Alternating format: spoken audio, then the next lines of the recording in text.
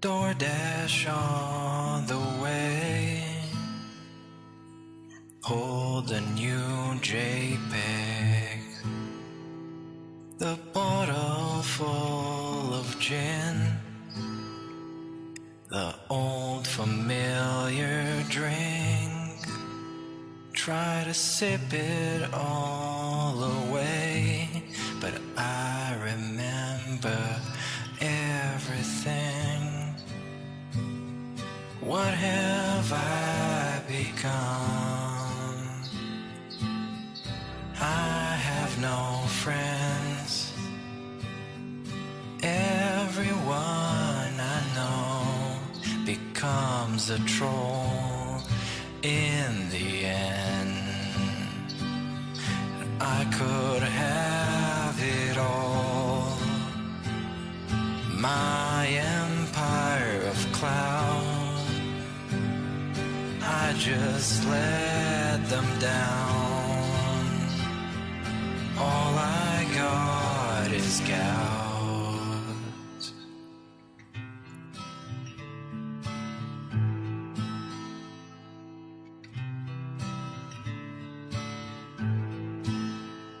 I wear this crown of hate upon my Italian hair,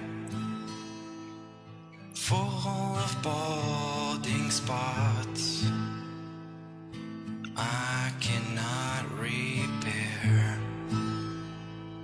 Beneath the greasy screen, the tips just disappear. My wife's with someone else.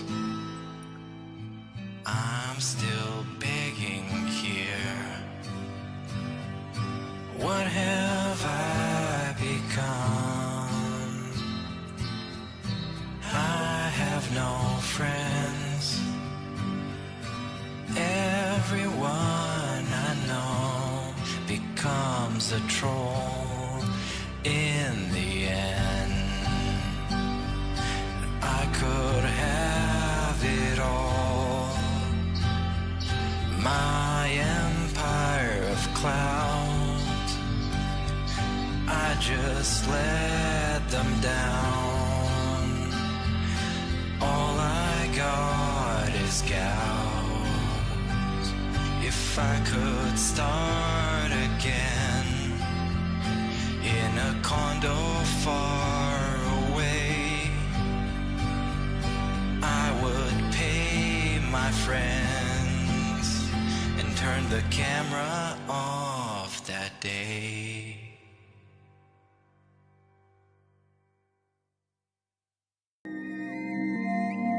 The topic I want to discuss is depression.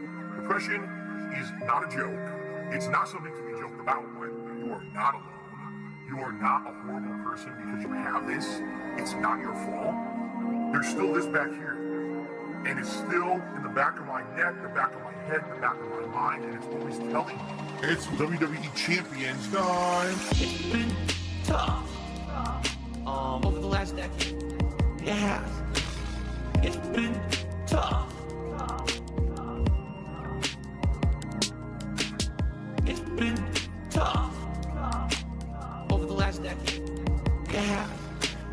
It's been tough.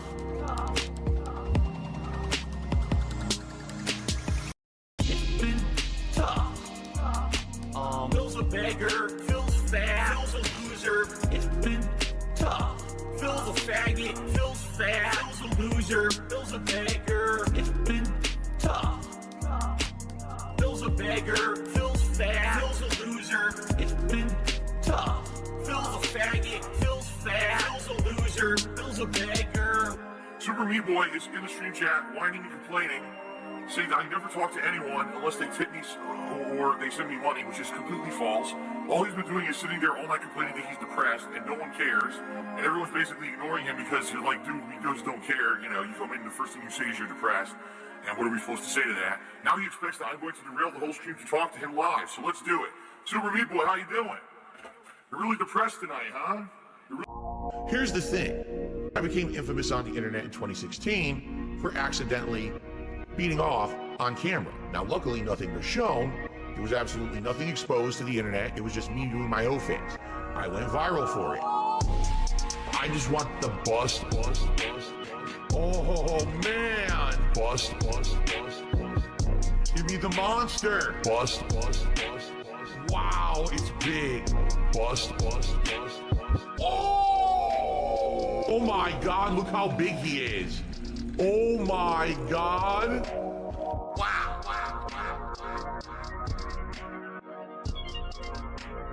That thing is a monster. I just want the bust. Oh man. Bust. Give me the monster. Wow, it's big.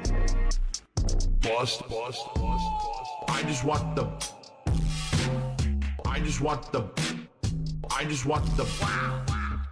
give me the monster. I just want the vibrant and robust. Wow. I just want the bust. I just want the give me the monster. I just want the wow, it's big. Where did the load go? I just want the bust. Oh man. Bust. Give me the monster. Bust. Wow, it's big. Bust. I just want the bust. I just want the bust. Oh!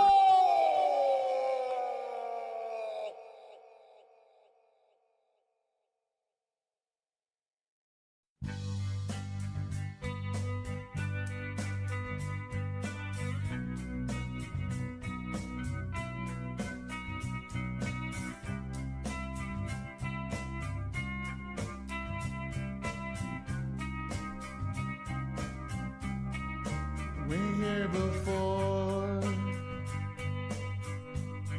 Can look me in the eye. You were just like my nanny. You cleaned this pigsty. You made me my dinner. And I'm streaming my games.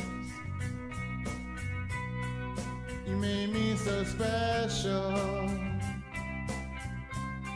I am so fucking special.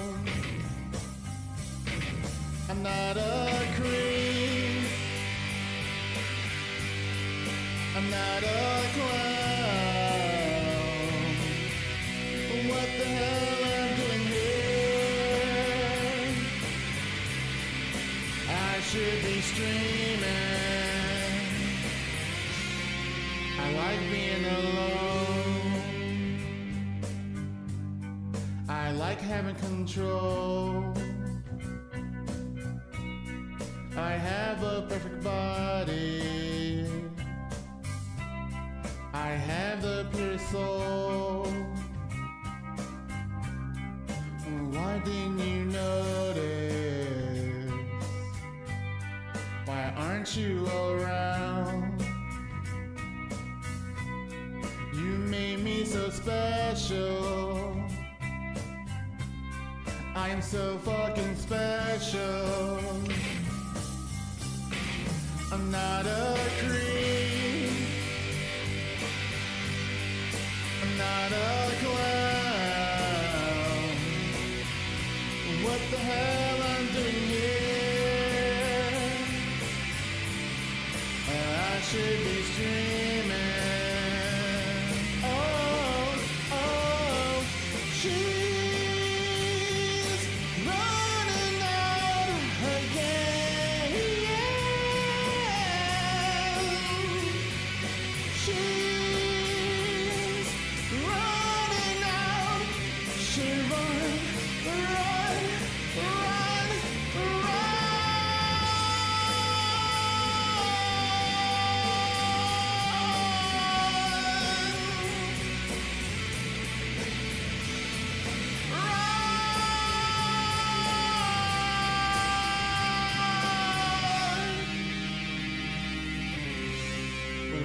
made you run out? What made you leave me? I was so fucking special. You made me so special. I'm not a creep.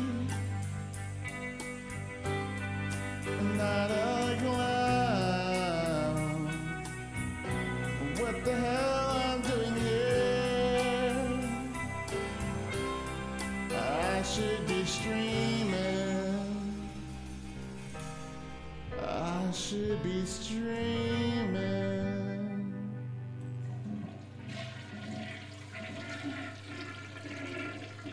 Stupid bitch.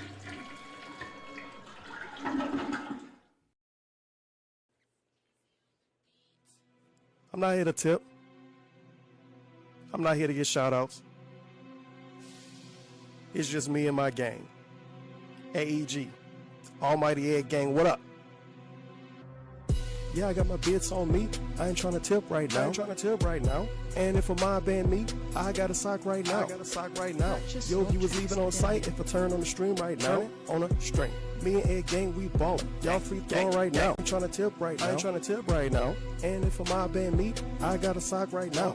On a sock. Yo, if you was leaving on site, if I turn on the stream right now, me and Egg Gang, we ballin'. Y'all free throwing right now. I'll talk tips. I don't know what y'all cheering about. Matter of fact, as we stream, I'm counting tips right now. If a nigga play with my channel, he can get banned right now. So you know trolling, so you know I got my motherfucking mods right now. Yo, if you was all on my dick like they trying to sub right now. Said they go give some subs, but said I couldn't go and clock out. You need to get out. They sent me tips on the all cause you was checking on their account. While you was getting no subs, I was checking on my mouth. I was just count the Egg Gang, bitch. You know we got clout. I go crazy with the trolling till they learn ban all my niggas. Pulling up on streams to see what they about. What? It's follower only mode, so I had to change my route. I got 17 socks with accounts right now. And 500 bits from ads right now. All bits from ads. I got whispers all on my main account. How you doing? People know I'm safe, even when I'm not around. Let's get it. Yeah, I got my bits on me. I ain't trying to tip right now. And if a mob band me, I got a sock right now. Yo, if you was leaving on site, if I turn on the stream right now, on a string. Me and Egg Gang, we ballin'. Y'all free throwing right now. Yeah, I got my bits on me. I ain't trying to tip right now. And if a mob band me, I got a sock right now. Yo, if you was leaving on site, if I turn on the stream right now, me and Egg Gang, we ballin'. Y'all free throwing right now.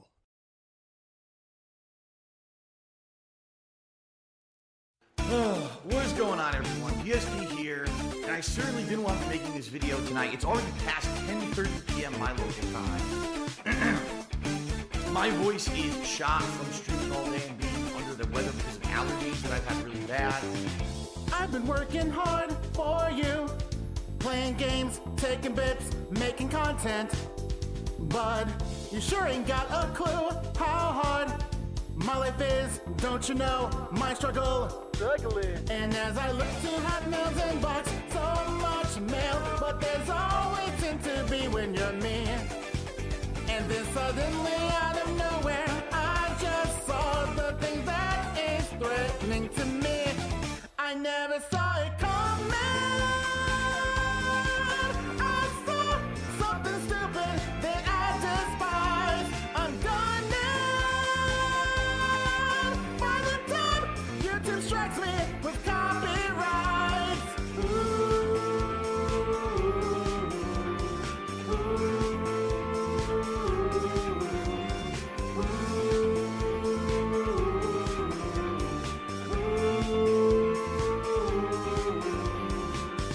Think you own my stuff? Atlas.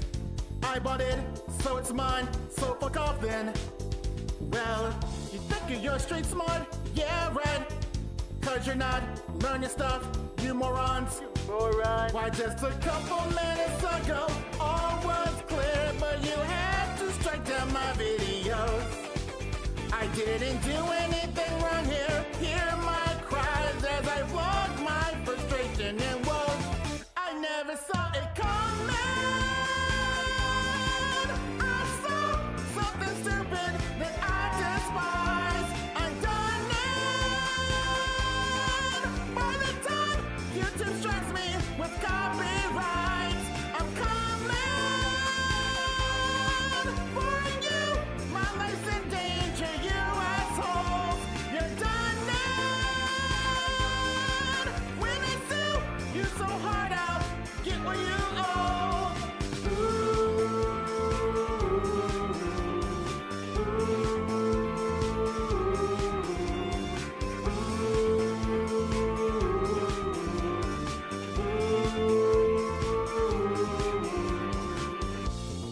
That's it. It's me fusing personas in developer.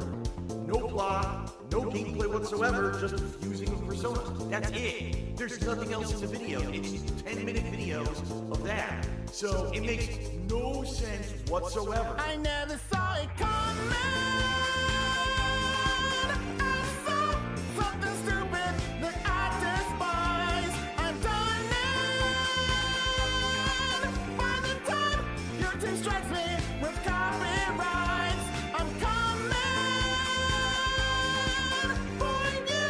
Mindless in danger, you assholes. You're done now. When I sue you so hard out, get what you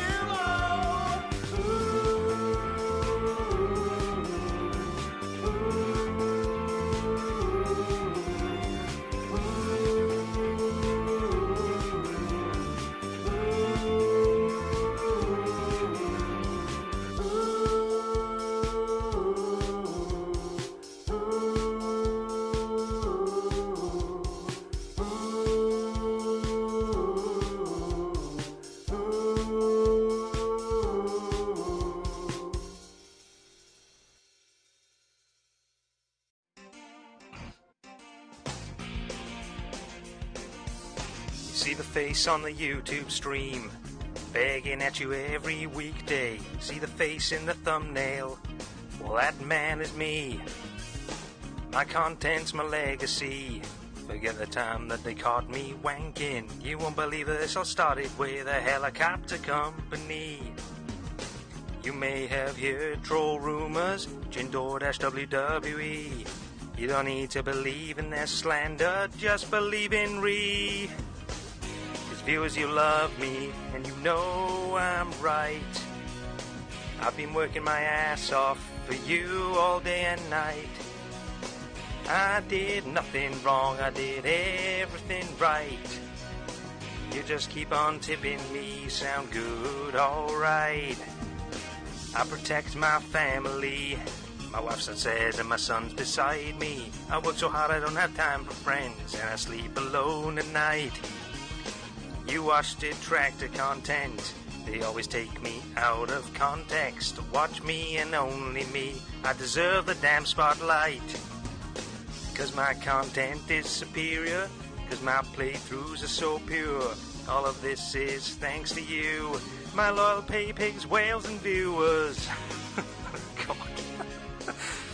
Big ups.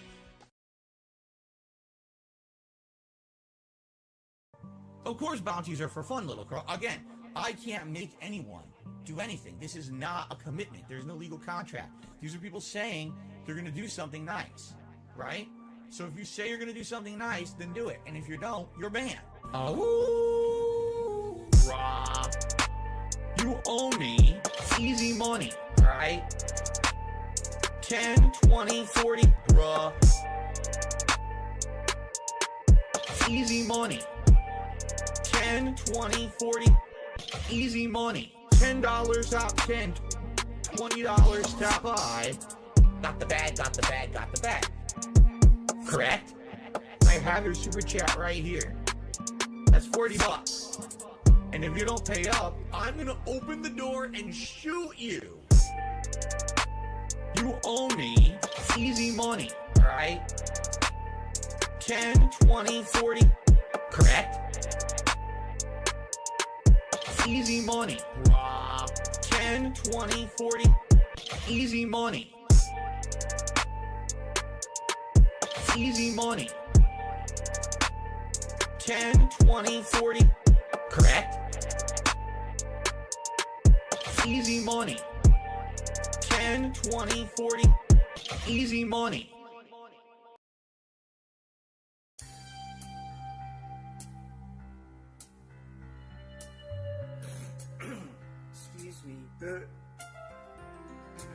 Each day the streams go, see what my whales owe. Interactive fun. Belching and snorting, give Jasper a warning. Squirt the water gun. make you watch my shorts, explain why they're good. Why do they all have such low views? Like Panda and Pills, let's keep this stream chill. Good, we've hit the tip-top, now reward us. I'm in a vest now, it's podcast best now, killing it like tea. Give me some bounties, challenges, I mean cheese, TOS friendly. This boss is bullshit, my gout's flaring up, filled my water bottle with gin. Whale tail, more breakage from cat. Derek, starting chat. Support has been slow and my bills have come in droves. I just can't stop begging you. My 10-year plan is still through. Why am I not successful and rich just like you?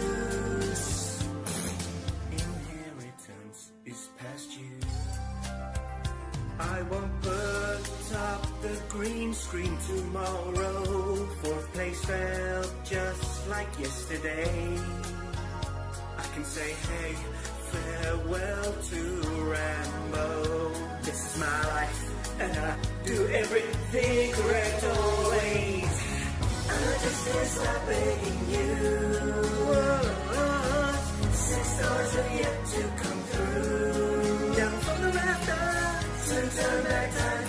Turn off the camera while I stooges. Should not have said hello, Jude.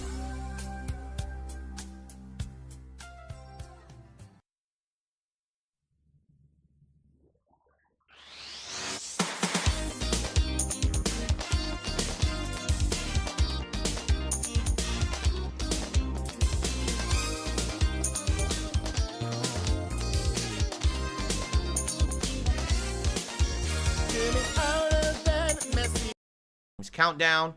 If you didn't see that yet, it's live here on the channel. I hope you'll give it a look. Tonight, it's the other end. Instead of being negative, it's positive. Tonight, it is time for both your viewers' choice best playthroughs of the year, and also, it is time for the Game of the Year Awards. That is right. You wait for it all year long. What is my pick for the best game of 2023?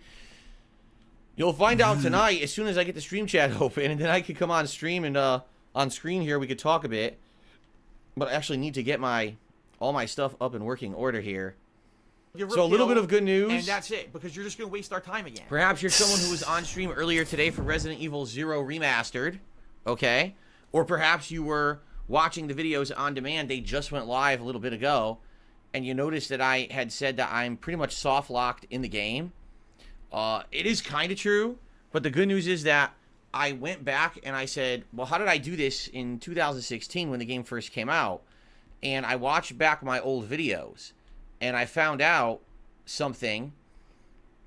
Basically, I can, as soon as the boss fight spawns, like, I can leave the room, and I can run back and either trade with Rebecca, or I can run all the way back to the conference room where I had left other ammo. Like, I had acid ammo and an explosive round and some other things there.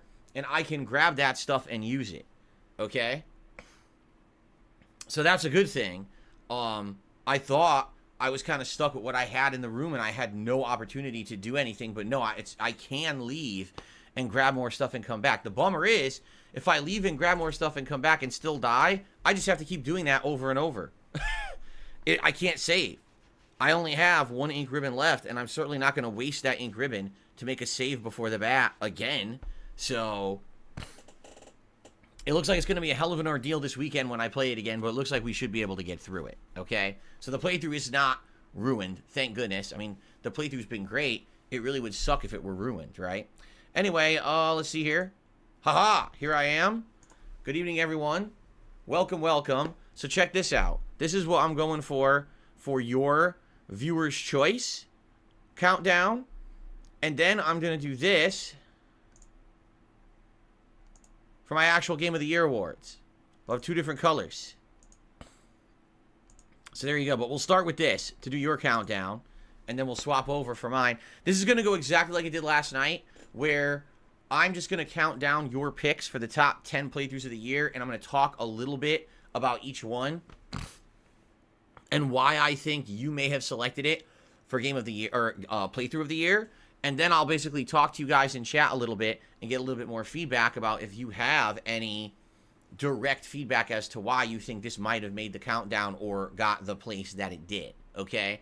So it's going to be very much the same. And by the way, just like last night, if contributions come in, we are going to stop the stream between each entry and shout out the contributions, respond, etc. I'm expecting probably the first hour will be the fan-voted, or I should say viewer's choice, best playthroughs of the year. And then after that, the second hour will be my Game of the Year choice picks, okay? Sound good? I need to figure out the temperature in here. It's cold, but at the same time, since I'm going to be talking nonstop all night, I know it's going to heat up. I have the fan off. Maybe I'll just open the window a little bit further. Hold on. Probably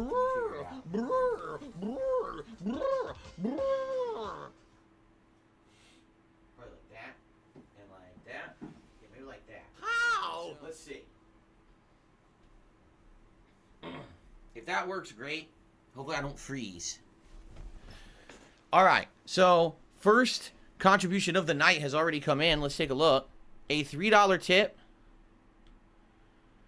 from Love It or Leave It. What is your Game of the Year? I will answer that for you in about 2 hours. So just hang around for about 2 hours, and I swear to you, I will give you that answer. That's guaranteed to be coming on this stream, okay? I will say something else as well, guys. We have been getting crazy winds here. We had a crazy rainstorm last night that knocked out the power. All day today we had crazy winds. Right now it seems to have calmed down for now, but FYI, there is a potential that the power might go out again. If it does, there's nothing I can do about that. I'll just wait for it to come back and let you know what's going on my phone. So just please be patient there, okay? Gabriel doing a super chat says, better see Resident Evil 4 top 5, Alan Wake 2 at number 1, DSP Panic Emo. There you go. Let's see. So what did you say? You said Resident Evil 4 top 4, and you think Alan Wake 2 is my pick for Game of the Year. Okay, we'll find out. We're not doing that yet. We're doing the viewer's choice playthroughs first, but perhaps you're right, perhaps you're wrong. Remember, I don't review games anymore. So you guys have no clue what actually the rankings will be because you don't have scores to compare against each other, right? Now, guys, this is basically just the same as any other stream for me, even though it is a special stream.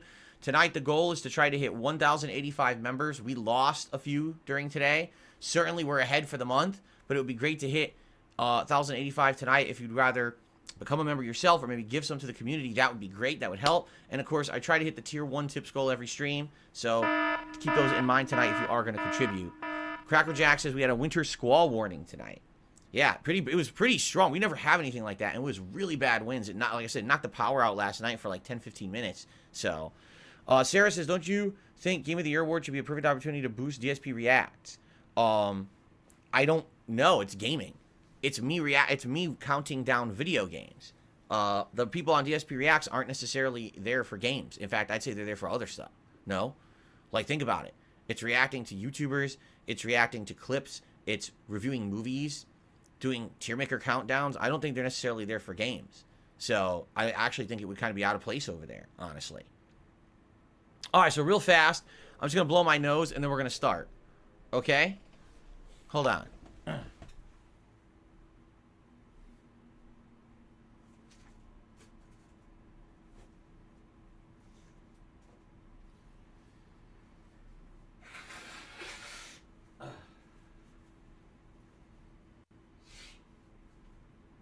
Dead air.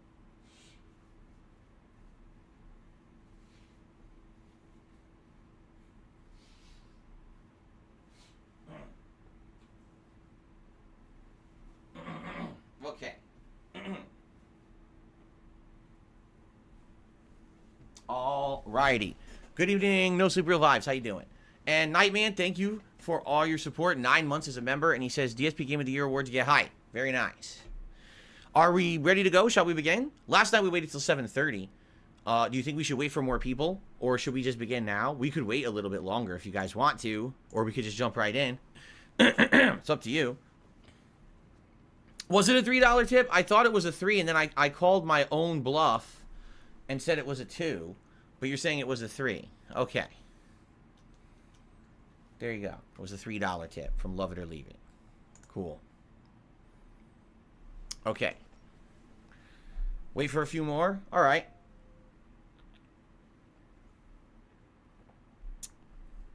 Excuse me. Good evening, Jade. He says, I'd love to see Hi-Fi Rush on number 5 or number 3. Whoa. He thinks Hi-Fi Rush made the top 5 of the best games of the year. Or viewer's choice. I don't know which one he's talking about. Let me put it this way, guys.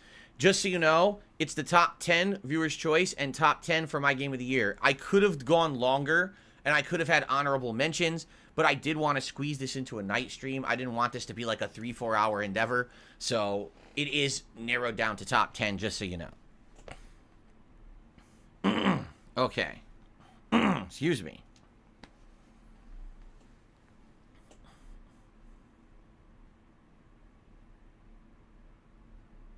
What's up, Rugal? Good evening, Rugal. Good to see you. What's up, Haseo? Good evening. He says, Spider-Man 2 better make top 3. You're all demanding things. How dare you demand things of me? If you're saying, like, oh, I hope Spider-Man makes top 3, and like, no, it better make top 3, because if not, I'm coming to your house, and I'm going to give you a giant wedgie live on stream. You better not, because I'll tell you, I will be very upset with you, and I will complain about that live on stream, that you wedgied me. People used to do that in high school to me. They would wedgie me and destroy my underpants. That's not fair, because I didn't buy my own underpants. My parents did. I didn't have any money, so they had to buy the underpants, and that wasn't fair to them. You understand? So stop wedging me live on stream. That's very upsetting.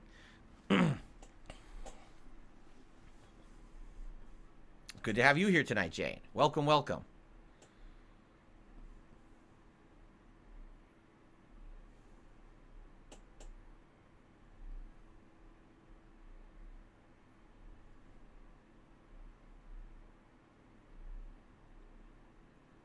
What the hell are you talking about? If you gave someone a wedgie these days, would you get sued for harassment? I don't know. It could be assault. I mean, it really is physical assault when you think about it. I mean, holy crap, you're literally hurting someone. You're destroying their undergarments while shoving the undergarments into their nether regions, causing both physical anguish and mental discomfort at the same time, and long-term psychological damage in some cases.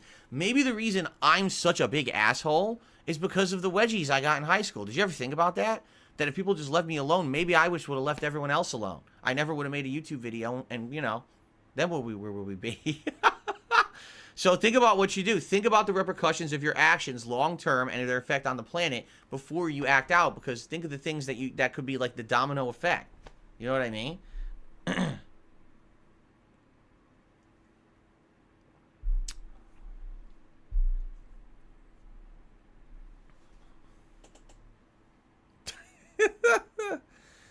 Oh boy.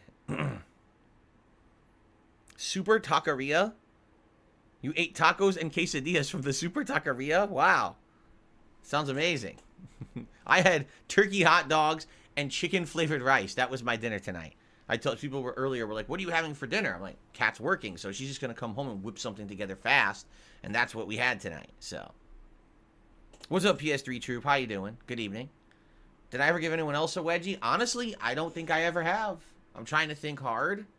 Did I ever give anyone a wedgie in my lifetime? Not that I recall, no. I certainly made fun of people. You know, internet bullying was a huge thing. But I don't think I ever, like, physically bullied anyone in my life, no.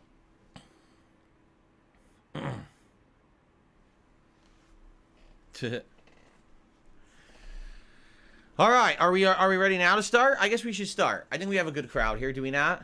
Almost 400 in climbing. And remember, so the way it's going to work is very similar to last night. So I'll do an introduction to explain the premise of what we're doing. Then I'll get into the countdown, and each number, I'll tell you a little bit about why I think it's there. And then I'll wait, and if people are tagging me in the chat and want to give their feedback, I'll take it. If anyone contributes, I'll shout the contributions out between the parts, like between the number entries. Okay?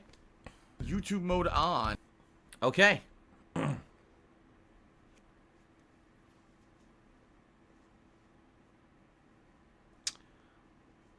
All right. Oh, my nose. All right, shall we begin? I see nothing else, so we can start.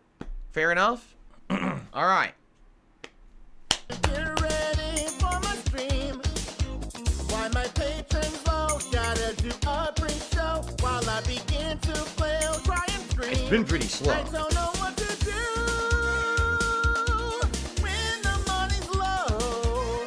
Oh no, it's time to motivate them. Fatty fat foot. Year. But in 2023, we did things a little differently. I wanted What a to stupid add society, new huh? and fresh. What a And dumb way to so, live. What people have been doing, both my viewers and my haters, I'm sure, over the last month, is nominating and then voting on the most nominated playthroughs for what they picked as the best playthroughs that I put out over the course of 2023. Now, to clarify the difference, because there is a distinct difference between a best playthrough or a game of the year award style countdown, this means any game that I played in 2023 is eligible. Not just the hot new releases, but also throwback games, classic games, in-between games that were kind of filler. Some of the games that I played in 2023 were classic games that I had already played, and this was a replay. Or maybe an older game I had never actually played before, and you got to see me play it for the first time. Obviously, those games never would have been eligible for Game of the Year because they're not new releases, but they were eligible for this special countdown. In addition, I did tell everyone things like multiplayer games, right? Maybe you really liked me playing an online game, but it just isn't good enough to hit Game of the Year. Well, this was your chance to nominate those kind of games too. And so pretty much anything that was played in 2023 was eligible here. And so I think what's going to happen is you're going to see a distinct difference between this countdown, which was all viewer voted and created, versus my personal picks for Game of the Year. However, I do have to say one thing, all right? I will completely take the blame for this. I did not properly plan for this countdown. Oh no, what does that mean? Basically, here's how I work when I do my year-end series. All year, all the notable games that I play, I save a few videos locally on my hard drive so that at the end of the year or early the next year, I can do my year-end series. I predict, all right, well, this game was kind of disappointing. This one will probably make it. This one was really good. This might be my game of the year. So I save those videos. This year, it wasn't until like November that I came up with this idea that we would do the viewer's choice best playthroughs. So when people started nominating games, I was like, oh, I don't have footage of some of these. And quite honestly, if I maybe had a little bit more time and I wasn't so busy right now, I probably would have been able to dig into the YouTube archives and download it and rip them. I didn't. So there's 3 games that you guys nominated and voted for. I don't have the raw playthrough footage. For 2 of them, I'm actually going to go with a YouTube short that I had on hand. For one of them, sadly, I just don't have anything. We're just going to go with the splash screen of like the game box art, which is unfortunate, but actually it won't matter that much, as you're going to see when we get to it, okay? Rest assured, for my other year-end countdowns, I have all the footage, and we're going to have full gameplay. This is just a new idea that I came up with, as a suggestion from the viewers. This is constructive criticism that led to this event happening, but I totally didn't think about the breadth of how much it would take to prepare for it. So now what I'll likely do, no exaggeration, every single playthrough I do in 2024, I'll probably save a video from just to have one on hand, just in case people pick it as their viewer's choice best playthrough of 2024. Okay?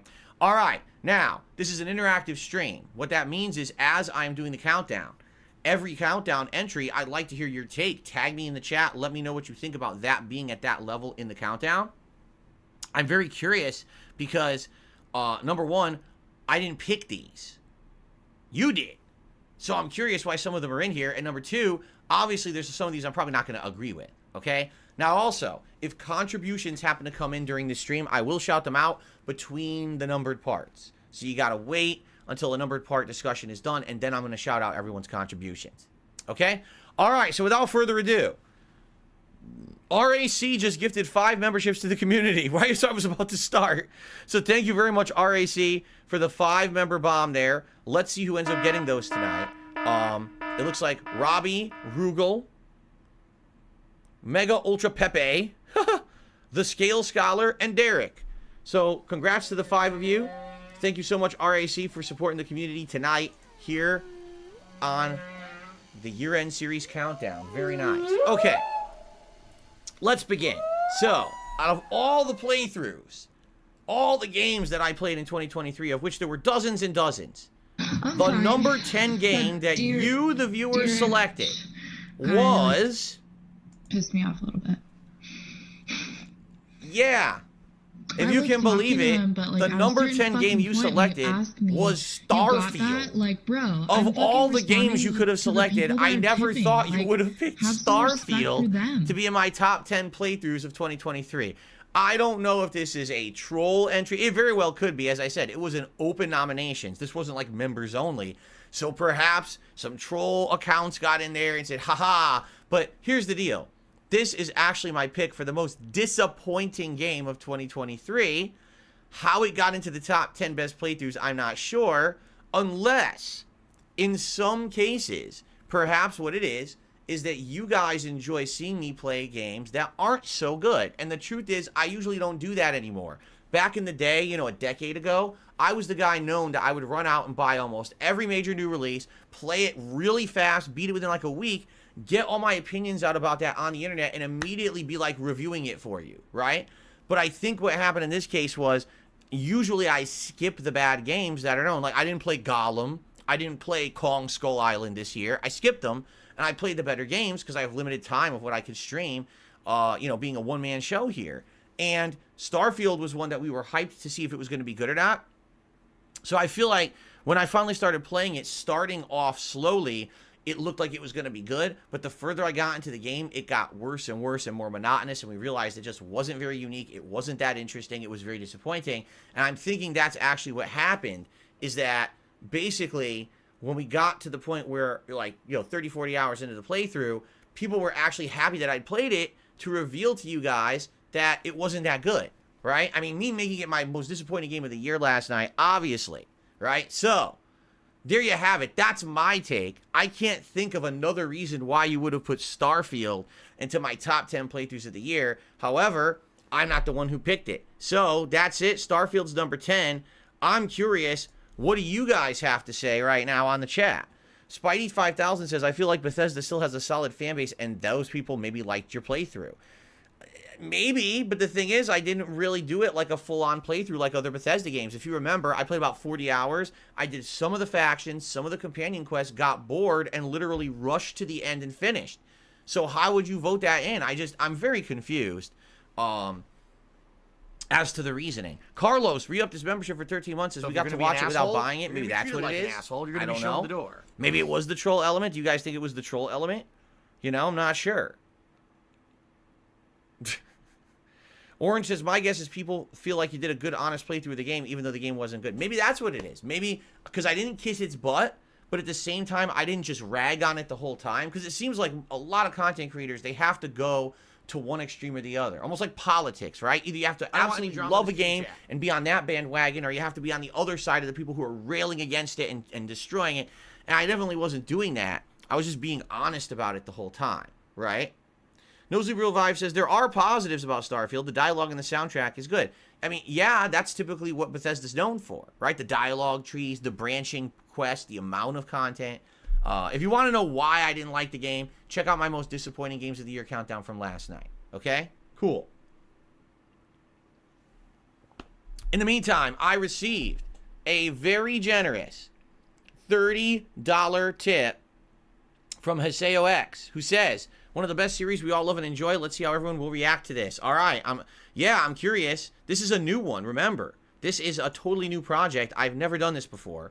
So, and keep in mind, these are your picks. You can't be mad at me because these are not my picks. These are your picks. All right. We're going to get to my picks later, but we got to get through yours first. So thank you to Haseo. A mutated creature that would look like it was sitting in a wheelchair. For a very generous $30 tip.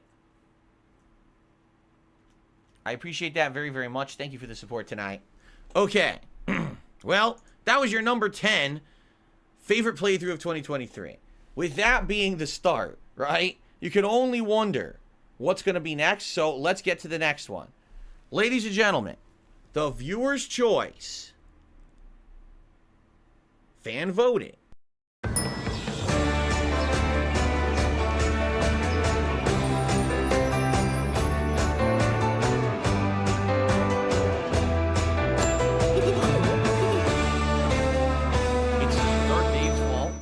the new edition that was on Steam. All right, so if you're not aware, Steam has an edition with some upgraded visuals and things on the screen that aren't standard from the SNES version, and that's the version that we played this year. This was a 10-year anniversary playthrough. I had actually played Chrono Trigger 10 years ago during what I called the Summer of Retro, a summertime where things were very slow, there weren't new releases, so I played games like Legend of Zelda: Link to the Past, Earthbound, Chrono Trigger, among others. Now, I'd always said that I wanted to go back and play Chrono Trigger again. I was actually upset because what happened was I didn't have the ability to play games on PC anymore, and they literally never ported Chrono Trigger to console. Right now, if you wanted to play this on console, you have to get like the PS1 version emulated on PS3 if you still have a working PS3 that works with PSN. Otherwise, you literally can't play this game, okay? It's weird, but the good news is, thankfully, I was gifted a mini PC by a viewer this last year, and that mini PC can play any real Steam game, and we were able to play this game again. This playthrough was super awesome. The music, the gameplay elements, the story, and the optional side quests for each individual character. It's awesome. The Akira Toriyama art style, the soundtrack that's such a classic now. All those themes are kind of ingrained in our head.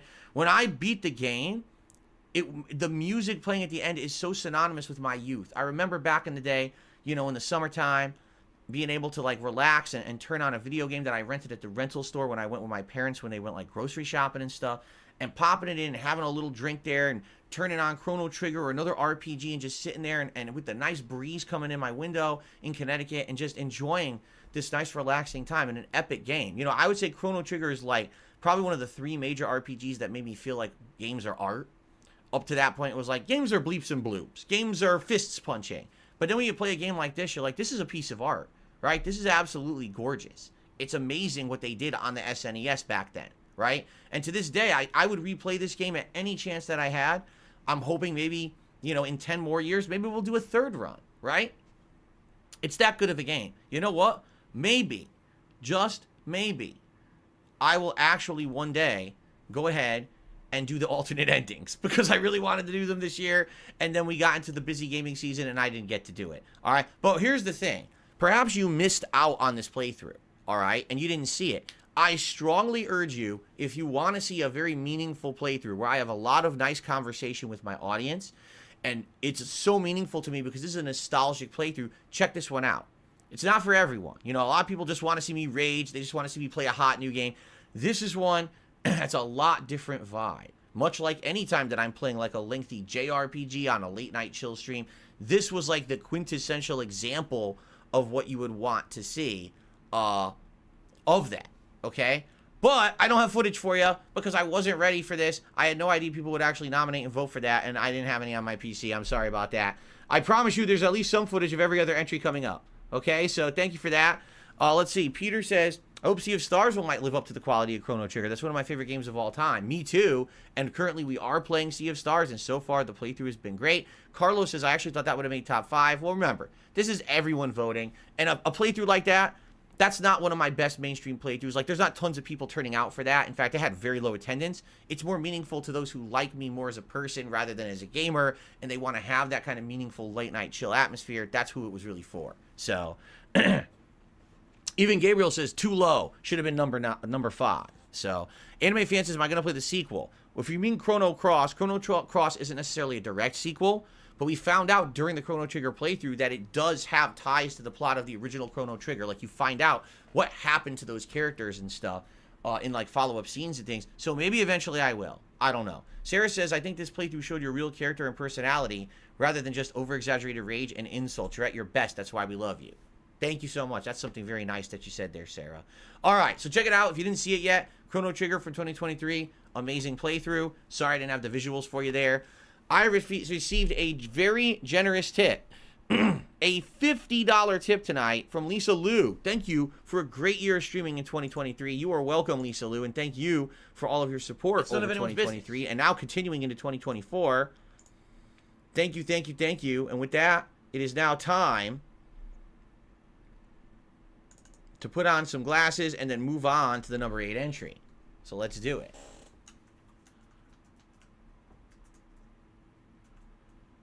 If I could get Thank down you on so my very hands much. and knees That and gets say us thank up you to and still be on camera, $83 I in would tips so do far it. tonight. Wow, already. Thank you so much. Okay. The number 8 entry on this countdown, I kind of had a feeling it would be on there. I didn't know at what level, and I think different people actually like these kind of playthroughs for different reasons. All right, I think some people like to see me play games from their own past that they adore, and then to see me actually have a playthrough of it and to see my take on it. I think in some cases this was a game that I had referenced many years, saying that this was one that originally I had played but never got to finish because I was playing it on a console, and that console red ringed. That's right, the Xbox 360. And then years later, I went to play it on PC, and sadly, people thought it was boring. But that's because that was before I was an interactive streamer who had a face cam, who talked with the audience, who had that social interaction. And I think, in this case, this playthrough worked because the last few years we had tried out other games from this game developer, and they worked really well on an annual basis. And so it was end of last year, you guys chose your number 8 favorite playthrough of 2023, which was The Elder Scrolls 4 Oblivion. As I said, I did not have full gameplay footage for you of every game, but I have a nice YouTube short that we had made of this game over the course of the year, and I figured why not feature your absolute favorite part of the playthrough, my lockpicking skills. Because my God, that was definitely the highlighted feature of the of the playthrough, when you got to see me lockpick and just absolutely love it, right? I mean, it was so delightful. So here's the deal. I played Oblivion back in the day on the Xbox 360, all right? But my 360 red ring. By the time that I got a replacement 360 months later, basically it was too late to kind of resume the playthrough, and I never went back to it, okay? Then when I was a YouTuber, people always told me about, oh, Oblivion's good, Oblivion's good. So I played Oblivion on PC, not any kind of an upgraded version on console, but just on PC. And it looked all right, and it ran okay, a little bit choppy, but for the most part, we were enjoying it. But the thing was, again, it was a different time. I wasn't interactive. I didn't have a live audience that I really talked with that much. And basically, people got bored with it, like really bored with it. And so I dropped it.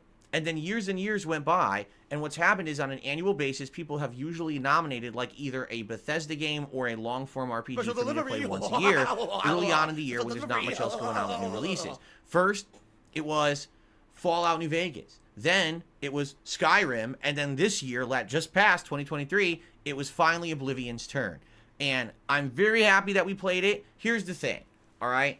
I know that Oblivion's a little outdated, right? There's a lot of gameplay mechanics there that aren't so good. And quite honestly, I feel like the side content in the game is actually better than the main plot. Although the main plot is good. When I beat it finally, I was like, wow, that was an epic ending. But the side content is so plentiful and interesting. Doing every little faction and quest and everything is so just fulfilling and rewarding, having their own side quests and things.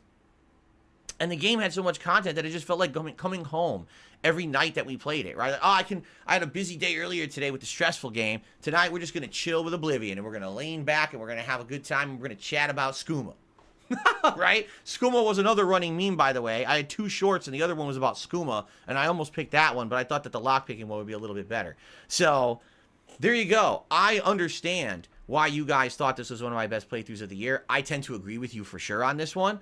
I think it's subjective why it's so low. Again, why was Chrono Trigger so low? Why was this so low? Very simply because these are playthroughs that are retro playthroughs. They don't get mainstream appeal. You're not going to get a bunch of new players jumping in to see them. You know what I'm saying? Like, I kind of get it. But I absolutely, positively love this playthrough. So I get it. I know why you guys picked it. Okay? Cool. And here's to more in the future. Although this year, we're not doing a Bethesda game. We're doing Baldur's Gate 3. For good reason, right? So there you go. Shout out to Danny. Danny just did a super chat saying, my husband and my daughter's birthday is Saturday. They love your videos. Can you wish the men a happy birthday? We love you. All right, sure. Shout out to Danny's family. And I hope that the men have a happy birthday. And thank you for watching. And thank you for the super chat, Danny. I appreciate that very much. Thank you, thank you. Cool. So did I hit it, guys? Did what I say resonate about Oblivion, or do you think there's some other things that should be said? Orange said Oblivion beats Starfield on the list. That's hilarious. Yeah, but again, I'm telling you, like, a lot of people didn't like Starfield, including me, so I'm not surprised that people like the retro playthrough over the new game, right? Lies vs. Soul says, I'm very glad you experienced Oblivion in its entirety. Me too. Sounds good. Haseo says, the lockpicking is the true boss of the game. Seems like it. And of course, Lies vs. Soul says, I'm your biggest fan, which is a parody of the adoring fan in the game, right? All right, cool. Let's move on. The number 7 viewer's choice best playthrough that I did in 2017. Wow, let's try that again. The number 7 viewer's choice best playthrough that I did in 2023 was a direct sequel to a game from 2017, which is maybe why I had that in my head. Ladies and gentlemen, The Legend of Zelda Tears of the Kingdom. Now, once again, you might think maybe there's a troll element to this one, but I'm here to tell you something. I like Tears of the Kingdom. It's a really good game. I very much enjoyed playing this game. I did. The thing is, I had to sift through a lot of bloat to get to the meaningful and fun parts of the game. But when I did, I really enjoyed it. I loved the story of the game and its lore, how you had to find these glyphs in the environments, and then you get a little backstory about what happened with Zelda and her time travel mechanics plotline. I actually really liked the physics with the puzzles, moving them around, building things, constructing things. I liked that. I mean, yeah, some of it was a little bit tedious and maybe a little bit over the top use of it in the game, but I really liked it. You know, were there things I didn't like about the game? Sure. Like I said, I think there was too much bloated content that really wasn't very meaningful. I do believe that the game forced you to kind of walk around a little bit too much. It doesn't give you enough guidance at the beginning, so you get frustrated because you might walk one away and the enemies one-hit kill you. But at the same time, over the time that I learned about it, and you guys helped me as being an interactive streamer, you guys definitely helped me to understand the game. I appreciated it, and I absolutely did enjoy this game. It was one of the best of the year. Like, no exaggeration. It was one of the best games of 2023, hands down. So, I get it. But I'm kind of wondering if this fully was people who really liked the playthrough to put it at this level of number 7. Or again, if there was a troll element of people who knew that I didn't love all of the game and I did criticize it. So they think, haha, get a game in there that we know he didn't fall in love with. For me, though, I actually enjoyed it a lot. I really did. I don't know why people get the impression I don't like the game. I do. I think what it is sadly, there's some people out there that they just have this black and white mindset. If someone doesn't absolutely love something, they must hate it. Well, I don't absolutely love Tears of the Kingdom, but I think it's a good game. But I guess that means I hate it, right? No, I don't hate it. It makes sense for me for this to be on the countdown, okay? Cool. Let's see what people say here. So, let's see here. So Matthew says, evening, just finished RoboCop. I absolutely loved it. Glad to hear that. I did too. 672 did a super chat and says, this is Tears of Boredom. Boo. Lucky Gremlin says, is this the worst playthroughs of the year countdown? No, that was last night. But no, that was actually the most disappointing games, not the worst playthroughs. I take that back. Haseo says, remember, the chat told you that you can reuse your amiibo. That's right, my Twilight Princess amiibo, the only one that I own, in order to scan it once a day and get more meat, and it helped. You're right. That's what I mean. Like, the chat genuinely helped that playthrough to be better. Bloomkit says, blink 4 times if someone is making you say this. No, I'm good. I don't have to do any blinking whatsoever because I'm being honest in my content. I'm not being held at gunpoint. I promise you. I promise you that Nintendo is not going to storm my house and hit me over the head with a big mallet, like a Hammer Brothers mallet, if I don't say that Zelda is good, because I do believe it's a good game. Let's get 672 up there.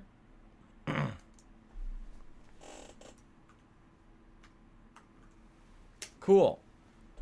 All right.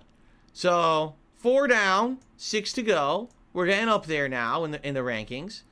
The number 6 Viewer's Choice Best Playthrough of the Year is a game that I purely enjoyed. First of all, it was shockingly good. I didn't expect it to be as good as it was. This was one of those games that it was kind of like, not sure. Could be good, might not be. Ended up exceeding all expectations.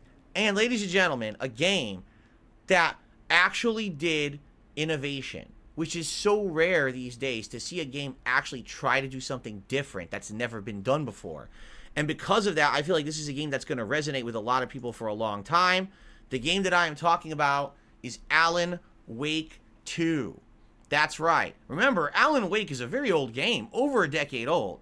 And when it came out, I thought the story was outstanding, but I can definitely tell you that I felt the gameplay elements got very repetitive and just not very interesting. By the end, it just felt like it was too much of the same, all right? But I loved the story. I played the DLCs. I was anxiously awaiting more, and then it never happened. So here we are over a decade later, and luckily Remedy has put out a couple hits of games. In fact, their last game, Control, was their best-selling game yet. And off of those successes, they were now able to make a proper sequel to the original Alan Wake. And let me tell you, this game was way better than Alan Wake 1. I would say this game is twice as good as Alan Wake 1. That's how good it is. It's got amazing writing, great acting, both the mocap but also real-life actors acting in the playthrough of the game or the game itself. Amazing. The story, having layer after layer, like an onion. You peel one layer off, there's another layer underneath, and it's just like never ending, right? You're always trying to guess what's really going on. Are they inside of this lake in this supernatural force? Are they outside? What's really happening? What's not happening? The gameplay elements are definitely much improved from the original Alan Wake as well. I think the reason people really liked this game playthrough was because I liked it so much. You could tell when I was playing Alan Wake 2, I was engaged. I was focused on the game. I was interested in the plot. I was always wondering what was going to happen next. Even at parts like this, where there's no plot, but instead of just kind of wandering around, looking for secrets and enemies, I'm still having a good time talking with you guys about it. And I definitely thought that the plot was one of the most original I've ever seen in a game. Having that musical number in there, which is literally one of the most creative things I've ever seen in any video game ever. I mean, this game resonated on all notes. Now, why is this not number one? Because, of course, I think that people, number one, it was not an overhyped game. You know what I'm saying? Like, Alan Wake 2 was a game was kind of, I wonder if it'll be good. And it definitely worked for a certain audience, but a certain audience it didn't. And, you know, it's not the game that received all the praise from everyone, like the mainstream media and stuff like that. But I loved it. So I'm not surprised to see that it made the top 10, all right? Should it have made higher or lower? I don't know. I mean, that's a subjective question. Personally, being that it is so creative in some of the things that it did, I probably like it more than you guys, honestly. You know, I look for originality and innovation in games when a lot of people are just looking for a game experience that's entertaining and good enough for them. But for me, I don't want good enough anymore. I want exceeding, excelling. This game excelled in so many different ways, and that's why I liked it so much. So, Alan Wake 2, I get it. I know why you guys put it into the top 10. I agree with you completely. Very nice pick, in my opinion. Okay. Very good. So, that's your bottom 5. All right? Now we're going to head into your top 5 Viewers' Choice Best Playthroughs of the Year. And I wonder what games are going to be in there, They said, right? Phil, See, some people think that the game was but it low. always seems like it's a black I hole. don't know why you Because it think always that. seems like no matter how much we I wasn't contribute, aware of any you're woke always still themes having whatsoever problems. in the You're always game. still in debt, I and think nothing's maybe a getting lot of better. you were actually I pretty agree bigoted with you. yourselves, and you just think that because there's a woman of color as one of the main characters, you can't handle it. I think you should probably look in the mirror and deal with your own issues. Quite frankly, I don't really care. I've said this many times.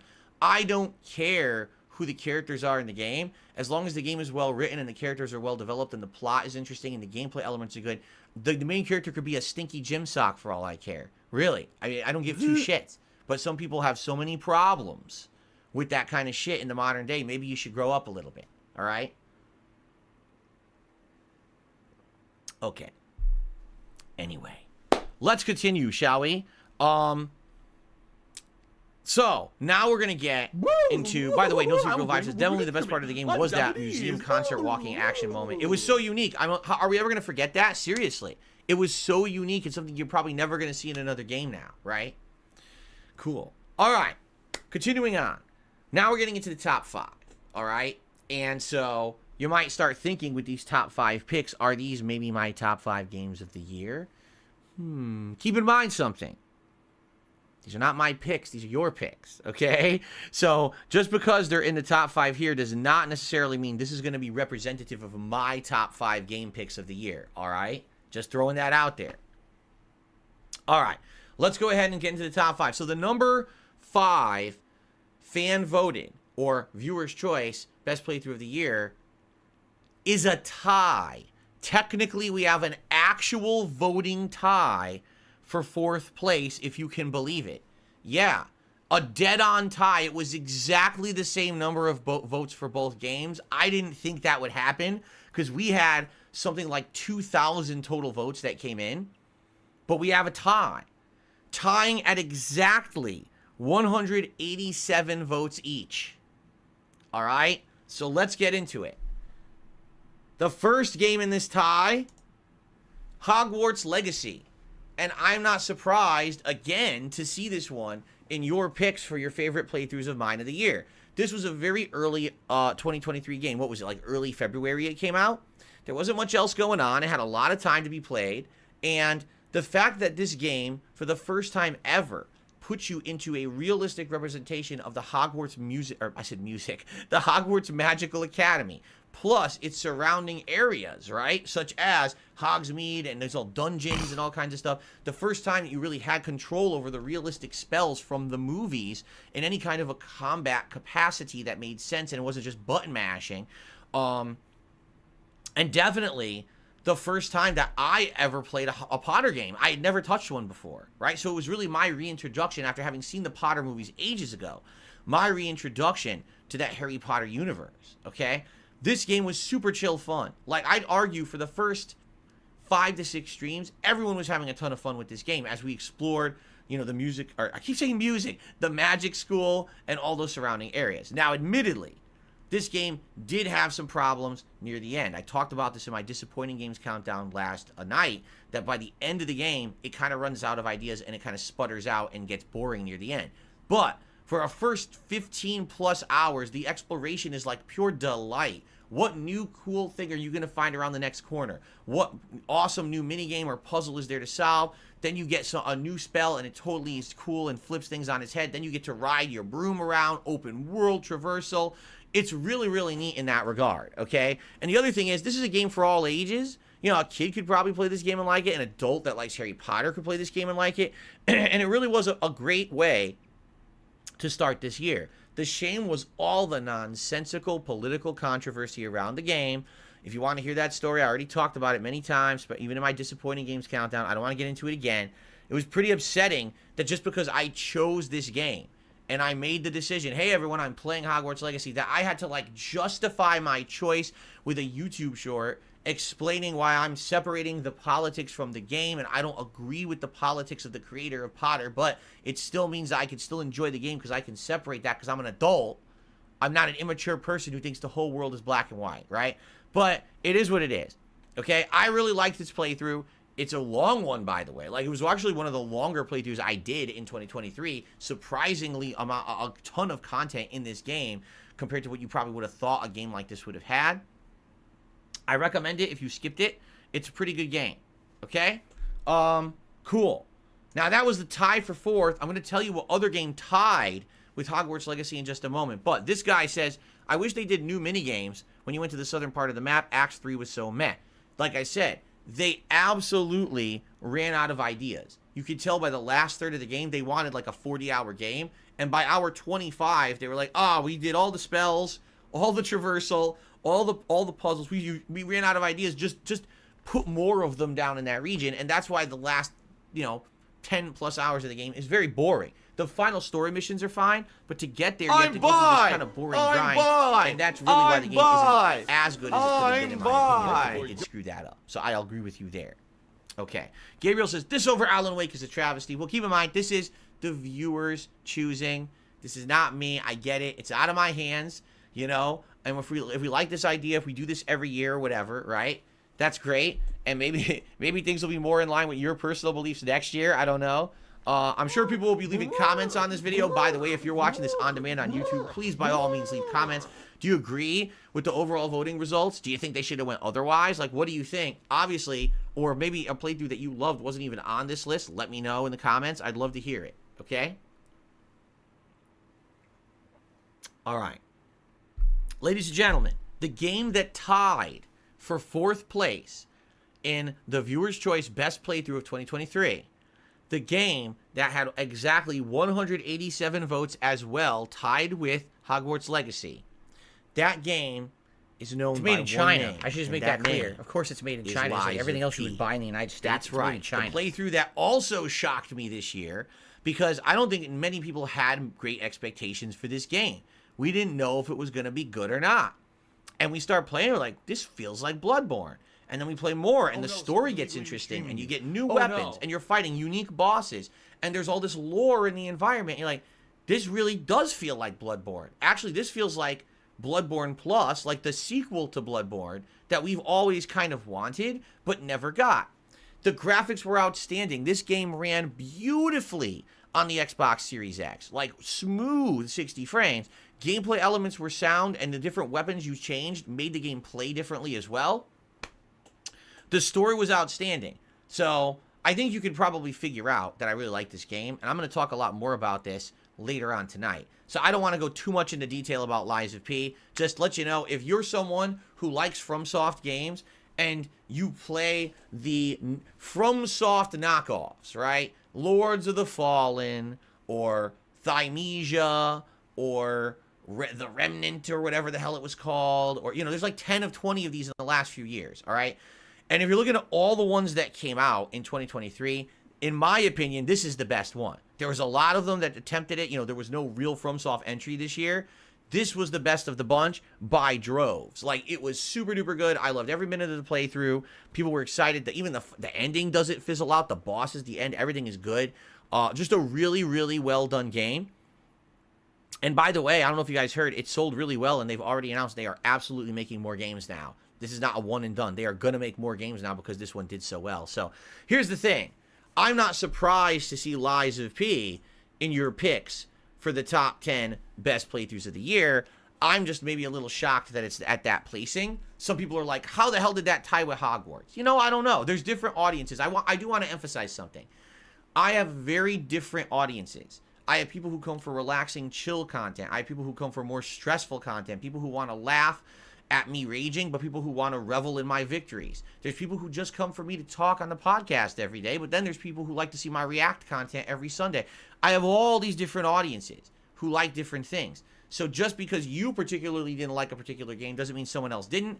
And the flip side of that, maybe you really liked the game and you're upset. Some people in chat are literally like, revolt, because Lies of P should have been higher. Well, you know, first of all, you don't know what the top 3 are. Maybe you'll agree that the top 3 playthroughs that were voted in were better. I don't know. But the other thing you got to remember is that different strokes for different folks. I love Lies of P. I think it was one of the best games of the year. But other people liked other playthroughs more. I'm okay with that, you know? Cool? Okay. All right, guys, let's continue. We've made it to the top 3. All right? And the top 3 games, well, I should say, excuse me, I got to correct myself. The top 3 playthroughs, all right? I do not disagree with any 3 of these, all right? But at the same time, I want you to understand that this is a different countdown than Game of the Year. So you might see a little bit of different stuff in here than what's going to be in my Game of the Year awards. The number 3 Viewer's Choice Best Playthrough of 2023 was a game that was my most played of 2023, Street Fighter 6.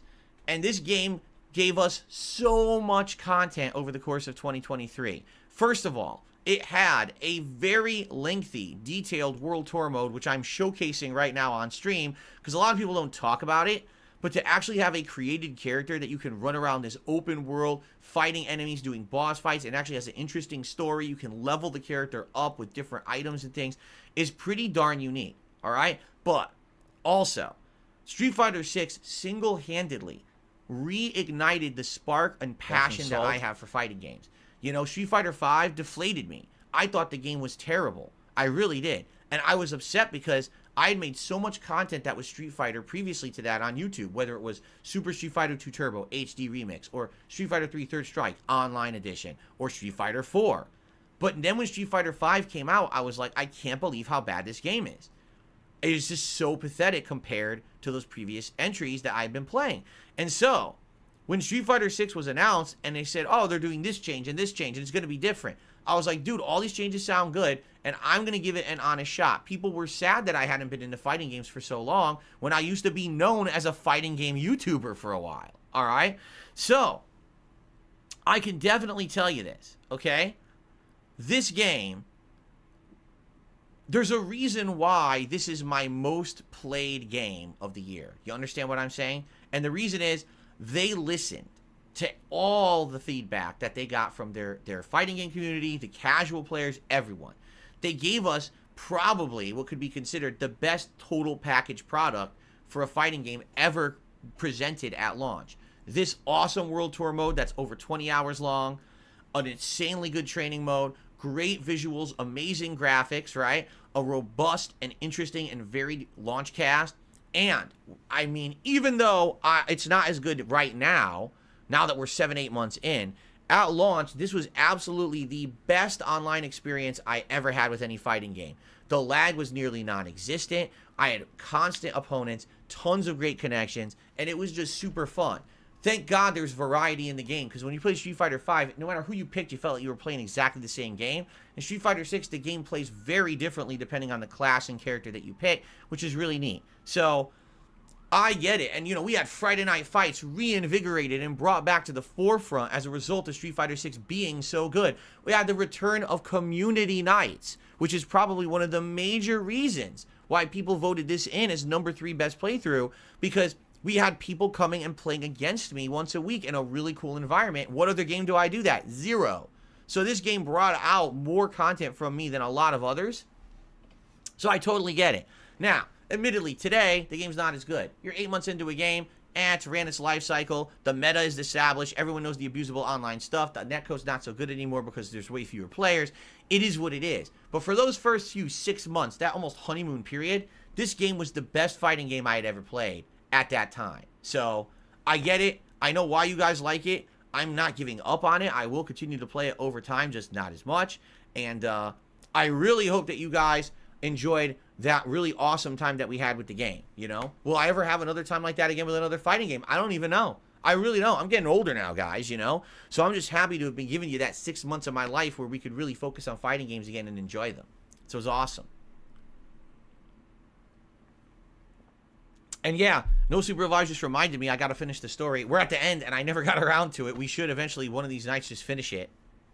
And yes, the thing is, it was also very rage-inducing. You're right. When I have a game that I think I should be doing better at, and I'm not doing as well because of factors like online connections, it makes me go crazy. But I'm happy to even have that passion.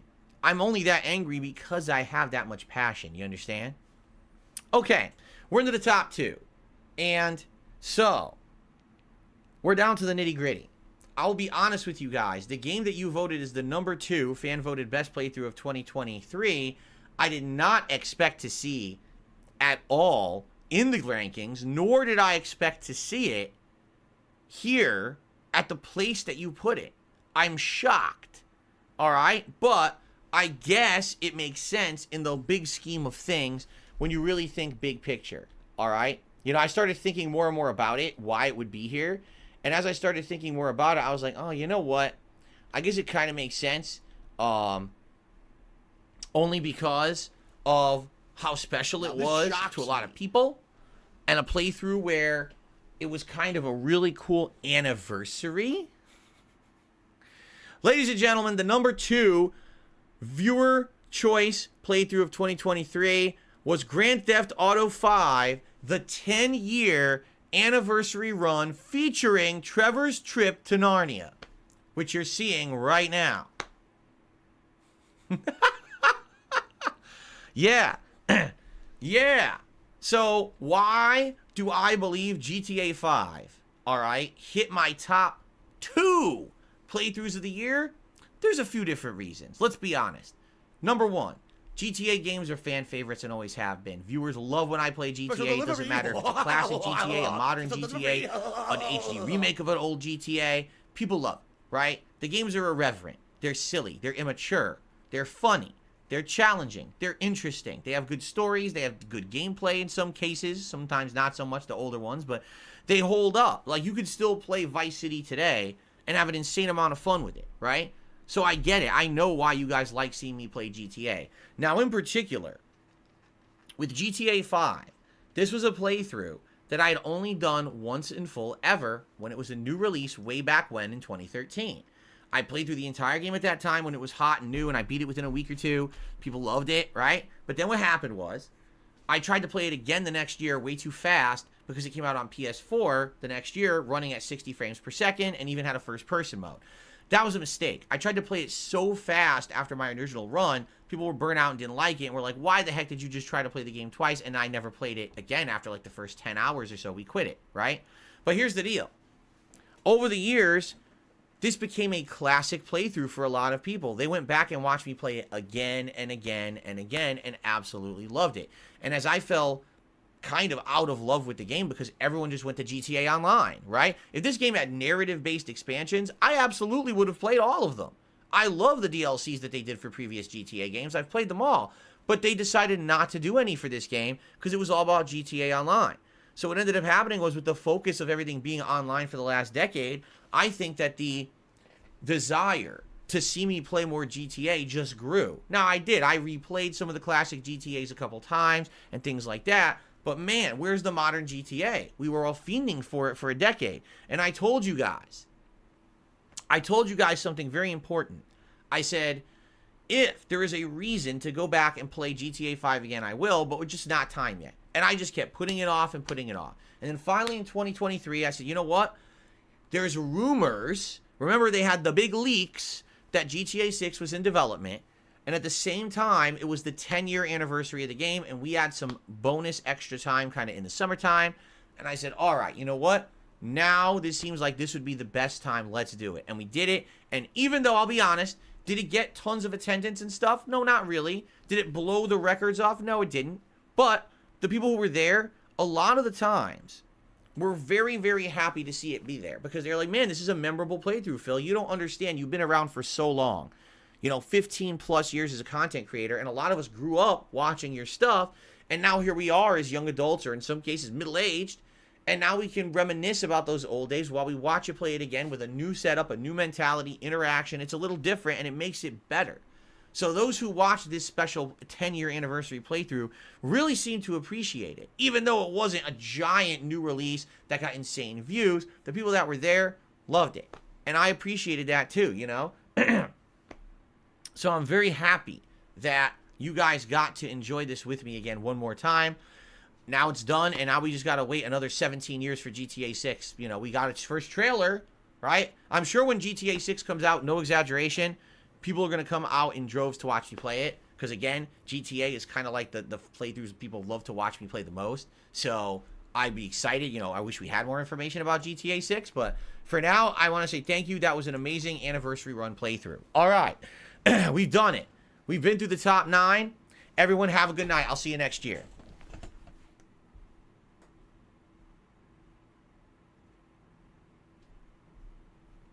All right, I'm not going to do that to you, but we now are at number 1, okay? Your viewer's choice best playthrough of 2023. And let's be honest here. We all know what it is. We already knew before I even started what it was going to be. It was the game that by far was the most requested game of the year. I didn't play it when it first came out, and people were upset because I wasn't playing it as a new release. I explained why. So you might say, why didn't I play a hot new release at launch? 2 reasons. Number 1, because at launch it wasn't on console yet. I had to wait an additional month to even play it. And number 2, it was coming out right in the midst of the busiest gaming season of the year, but this game is insanely long. Over 100 hours long. What would make the sense of trying to play a game like that when I'm going to be juggling 2, 3, 4 other new releases a week for months? I'm never going to be able to give this game enough time or dedication, all right? The good news is I continuously listen to all of your feedback over the year. And then finally at the end of the year, once all the other new releases were played and fizzled out, I said, I'm going to listen to you. We're going to do it now when I have a good amount of time to dedicate to it. And so, yes, ladies and gentlemen, over the last 3 weeks to month, right? I've been heavily focused on this playthrough, and I think we're all enjoying it very, very much. Of course, it is no surprise to anyone that the number 1 fan-voted or viewer's choice playthrough of the year was Oblivion. Okay, no. It was Baldur's Gate 3, which is a playthrough that is currently still in progress. We're about 40 hours in right now. And we haven't finished the game yet. Not even close. We haven't even finished Act 1 of 3 yet. So you can see my point that when it came out back in, what was it, like September on the PS5? Do you realize in September I was playing Lies of P? You realize that there was like 5, 6, 7, 8 major releases that came out right after that we were all playing. Boom, boom, boom, boom, boom. So if I had played it back then, I know what would have happened. People would have liked it for a week and been very upset that I didn't focus on it, been pissed off, and it would have pleased no one, and basically the playthrough would have been dead in the water. I'm very happy that I waited to play it. But now that I'm playing it, I can understand why so many people like it, why so many people say this is their pick for Game of the Year 2023. All right? It's great. It's got great graphics. It's got good story. It's got good character building with each individual character. All right? It's got a huge map with tons of content that you stumble upon. Every fight is meaningful. There's literally no fighting in the game that's just a waste of a grind. Every fight's kind of unique and well-placed and well-designed. It's got, what's the word? Curated. The game feels highly curated. That everything in the game is happening for a reason, correct? That's great. That's great attention to detail when they make the game. Now, here's the thing. There are things about the game that are rough for me. You know, for example, the combat, it's very slow-paced. It's turn-based. It's strategic-based with where your characters are placed and the reach of their attacks and things like that.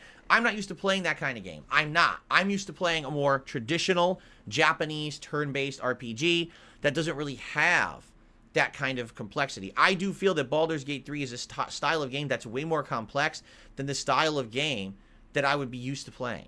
And I've already said this during the playthrough. You know, I'm 40 hours into it, but I've already said this multiple times. If it weren't for me being an interactive streamer who has an audience to be there along the way to help me understand the mechanics, the lore, and everything in the game, I would not like this game. I'm being as transparent as possible. This is the kind of game that it is not accessible to an outsider. It's not. I don't care what you guys think. It's not. I'm telling you, I was an outsider. This is not accessible.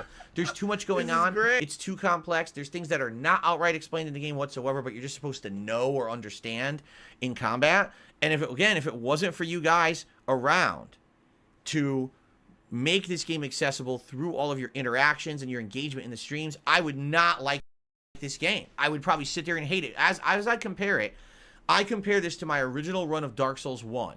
This is a game that's outstanding. Everyone knows to this day Dark Souls 1 is a classic. I agree with you. I went on to be a ginormous fan of the FromSoft style game. But when I did my first run of Dark Souls 1, not understanding the mechanics, not enjoying the difficulty level, getting lost, having no guidance, and the game literally teaching you nothing about it, I hated it. I was like, I can't understand why anyone likes this game, and I just dropped the game and never played it again when I hit Blighttown. Until years later, you guys convinced me to play it again as a live streamer, and you basically gave me kind of a guided tour of the game, explaining the mechanics along the way. And when that happened, I got a good appreciation for it, and I went back and played it 1, 2, 3, Demon Souls, Sekiro, Bloodborne multiple times, Elden Ring, a million spin-offs like Neo, and now games this year like Wolong and Lies of P. I'm a fan of that genre now. And you guys have the credit for that. Not me. I didn't take the time to do it. You did. You taught me about it, and now I love it. It's some of the best favorite games that you like to see me play. Perhaps, in time, games like Baldur's Gate 3 can become the same. It's a genre that I didn't understand, and I was super confused and scratching my head, and I didn't really get it. But now I kind of do, even though I'll admit it's still complex. If I wasn't doing this as a live stream, I don't know if I'd really like it that much. Doing it with the interactivity with you guys, helping me to understand the lore and stuff, it's really neat for you guys helping me to understand everything. So, for a social playthrough, I get it. If I was playing this offline, I would never say that this game was as good, but I think having that social aspect to it makes it better. You know what a lot of people say too? This game is multiplayer. So a lot of people went through this game playing with their friends, and they have one person who knows about D&D kind of carrying the playthrough, right? I get that, because that's what I feel like. I feel like you guys are my friends who are carrying me and helping me through it, so I know what I'm doing. So thank you so much for that, because again, if it weren't for you, I probably wouldn't like this nearly as much as I do. So for the #1 pick for your viewers' choice favorite playthrough of 2023, I get it. Although, admittedly, I will say this, a little weird because it's not really a playthrough of 2023. It started in 2023, but there's no way it's going to finish. It's already a week into 2024. It continues on, right? And I just don't get it. I'm just like, scratch my head because, I mean, you guys want what you want, right? And technically, yeah, that playthrough started in 2023. If you think it was the best one of last year, that's cool. But you know what's funny? When we do this again next year, technically, Baldur's Gate 3 could also be your favorite playthrough of 2024. It could be. That's up to you. But I'm hoping that there's going to be other great games as well that come out this year that you'll think were maybe better than that. I don't know. But that would be funny if it wins 2 years in a row, okay? Anyway, I just want to say, Guitar Player, thank you for that super chat. I totally missed it. Guitar Player had done a super chat. He said, Hogwarts Legacy is my favorite game of this year, actually. I'm glad to hear that. I do feel like Hogwarts Legacy didn't get the love it deserved from a lot of people, particularly the games media, because of the controversy around it. But I'm very happy that it did get the love and attention that it deserved from my audience, right? You guys loved the playthrough, as evidenced here by the fact that you voted it in and tied it at number 4. So, guys, gals, everyone else, that is it. What did you think about the Viewer's Choice Best Playthroughs of 2023 Countdown? Did you like it? Did you not like it? I'm curious. I personally thought this went well. I enjoyed it, so I hope that you guys did too, and I hope that perhaps you'd like to see this again next year, but I want your feedback. Please leave comments on this video. Let me know in future streams, did you enjoy this countdown? This is not Game of the Year, this is your pick, right? So, that was a little different. Just keep in mind, games like GTA 5, games like Chrono Trigger, right? Oblivion, those will never be in my Game of the Year awards. They're retro games, but it's really cool to see them appear in this special countdown. So, thank you for watching. I hope you enjoyed, and leave some comments to let me know what you thought. In the meantime, be safe. Have a fun year. I hope you'll enjoy all the stuff going on DSP Gaming this year, and maybe I'll see you back in early 2024. We'll be voting on these again. Thanks, everyone. Peace out, and see you later. Okay. Guys, that one is in the bag. All right? Now we have another hour. And for this next hour, it's time for my picks. Okay? It's time for my picks. There you go. Cool. One thing I'm going to do here to get ready for the next hour is I'm going to change the layout a little bit. You ready for this? So the first thing I'm going to do is this. And the second thing I'm going to do is this. I clicked the wrong thing. Hold on. And the third thing I'm going to do, if I can find it, is this. And the last thing I'm going to do, well, there's actually 2 more things I'm going to do. I'm going to do this.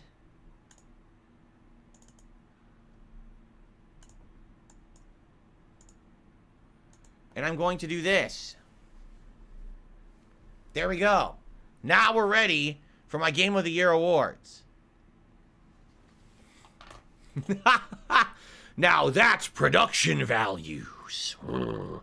We're halfway through tonight's stream. I want to say thank you to everyone who's chilling and anyone who supported in any way. I really appreciate that.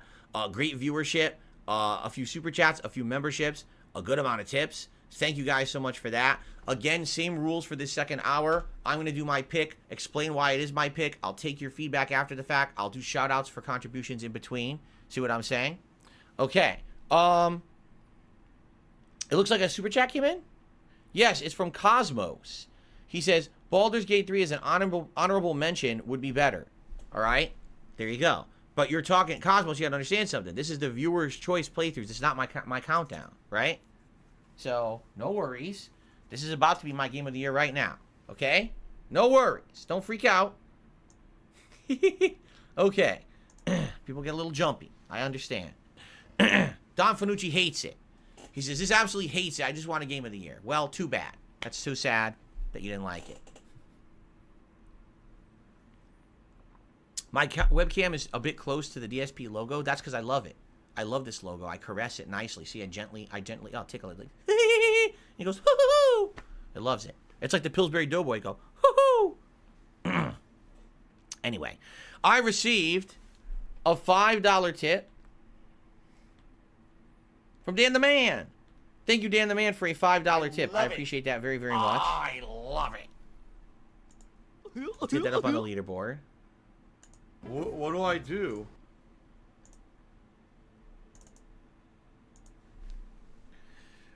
Up to $88 in tips. So, pretty cool. And we are close to our hat goal. If we hit $100 tonight, there'll be a hat. How about this? I'll tell you exactly what it'll be. If we hit it tonight, I'll put on the cowboy hat to match the statue. That way we can have a nice matching thing. I will look like the living award.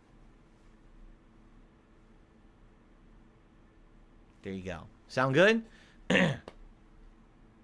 Gaia says, I might have to make a golden trophy if you haven't sent to my P.O. box. Do not do that. First of all, I don't have a P.O. box. Number two, if anything comes to my house and I don't know what it is, I immediately dispose of it by throwing it into the furnace and burning it into ash, only for personal safety reasons. But maybe if we discuss that ahead of time, then maybe I would accept it if we talk about it behind the scenes. So, so there you go. PS3 Troop, it says, is that a preview of your 2025 physique? If that was my physique, I think I might be dead, because if my body was covered in molten gold like that, it probably wouldn't survive very long. I probably would be scalded to death and wouldn't be able to breathe. First of all, you can see my head is like twice the width of the actual neck.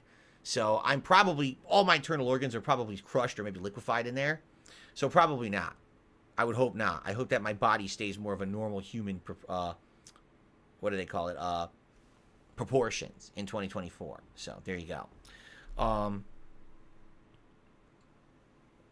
Bloomkid says, what if someone sends a whole furnace? That'd be interesting. I don't know how that would get to my house. I already have one, so I'm not too worried about that. I already have a heater. But anyway, thank you, Bloomkid, for the super chat. I don't know what you're talking about. Anyway. All right. All right, are we ready to actually get into my actual Game of the Year awards now? I hope so. What's up, Vietnamese comrade? Good evening. Good to see you. Rugal says, don't touch the hands of Midas. There you go. Oh, I just received a $12 tip from Guitar Player. Thank you, Guitar Player, for a $12 tip. I appreciate that.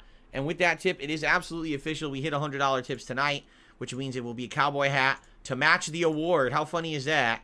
That I get to match my own award here on my Game of the Year award stream. That is great.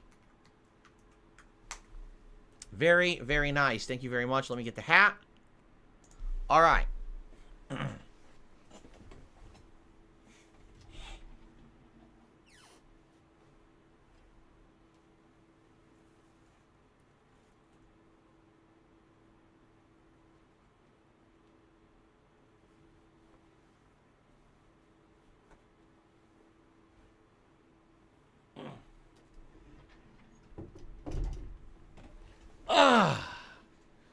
Vietnamese comrade says, I'm doing well at the year-end series. I'm glad to hear that. They're not done. I'm about to do my Game of the Year right now. You're jumping the gun. We're not done yet. We got another hour to go here, guys. Come on. Don't go anywhere. Did people leave? Hold on. They did? Like 50 people left. We're not done. We didn't even do my Game of the Year awards yet. Where are you going? What is going on? Right? Where are people going? All right.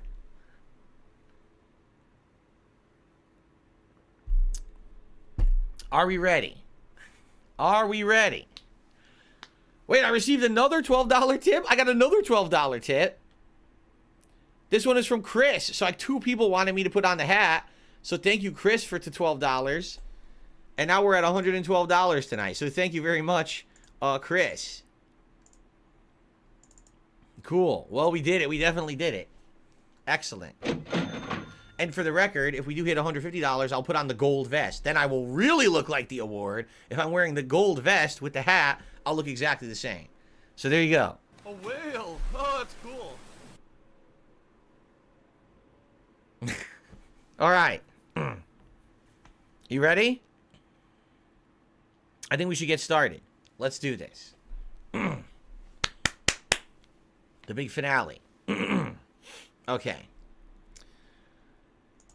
Hello, everyone out there. It is now officially time for my annual Game of the Year Awards countdown here on DSP Gaming. You know, for over 15 years, I have been someone who has absolutely strove to give you honesty, transparency, and fun in all of my playthroughs. You know that when I play a game, I can be totally honest about what you're watching, because I don't behold to anyone, right? I'm not going to lose a sponsor. I'm not going to get in trouble because I kiss a game's butt or I say a game sucks. And that's really why I really try to do my absolute best at the end of the year to pick the games that I feel were the best of the year. I don't even review games anymore like I used to. So to a lot of people, these game rankings that I do are actually a mystery, although people tried to guess. I pride myself on, you know, being honest and truthful and transparent, and hopefully you feel that that'll come through in my Game of the Year awards this year. And let me tell you, 2023 was a great year for games. It was also a disappointing year for games. If you want to see my take on the most disappointing games, I've already done a separate video on this channel for that countdown. I hope you'll check it out. But now, it is time to truly recognize the greats, the games that stood out among the pack. And let me tell you, this year was a year where certain games were so good that they made their competition look like dirt. And on a normal year, maybe that wouldn't have been the case. But a lot of the games that we're about to talk about in this countdown actually stood apart from the others in such a great way that they just trounced their competition and made them look like amateur night. You know what I'm saying? So I'm excited to go through this countdown for sure. And I hope that you guys will enjoy it. The way it works is I'm going to name a number in the countdown. I'm going to explain why that's in my countdown. And I'm going to play a video clip to show you footage of that game during this countdown. After each number, I'm going to go to the chat and see what they have to say, if they agree or disagree, or what their comments are. If any contributions happen to come in during this countdown, I am going to shout them out because this is an interactive live stream as well as an on-demand video. By all means, leave comments on this video if you're watching it after the fact on demand and let me know. Do you agree with my picks? Do you disagree? What's your take? I would love to hear it, okay? Without further ado, it is now time to get into my top 10 best games of 2023. But before we do that, ladies and gentlemen, I feel like I would be doing a massive disservice if I did not do one honorable mention. And that honorable mention this year is Baldur's Gate 3, okay? Some people thought that I might have counted Baldur's Gate 3 in my countdown for Game of the Year 2023. However, I feel like that would not be fair. And the reason for that is very simple, okay? I started playing it in December. I'm only around 40 hours into a 120-hour, arguably long game. So if I ranked this in my Game of the Year awards, I feel like that would be unfair. Right now, I don't want to rank it. I like it. You guys know that. You know that I'm really enjoying this playthrough, correct? But I don't want to formally rank it when I don't know what the rest of the game is. What if this game is really strong in the first third and fizzles out in the last third like a couple other games that happened to this year? Then maybe I wouldn't think of it as great, right? So I'm not going to rank this at all in my top 10 games of the year, but I will say this. I'm going to continue to play this game in 2024. And when I finish it in 2024, I will consider it for my Game of the Year awards for next year. That's right. Even though technically it's not from 2024, I'm going to consider it for next year's countdown.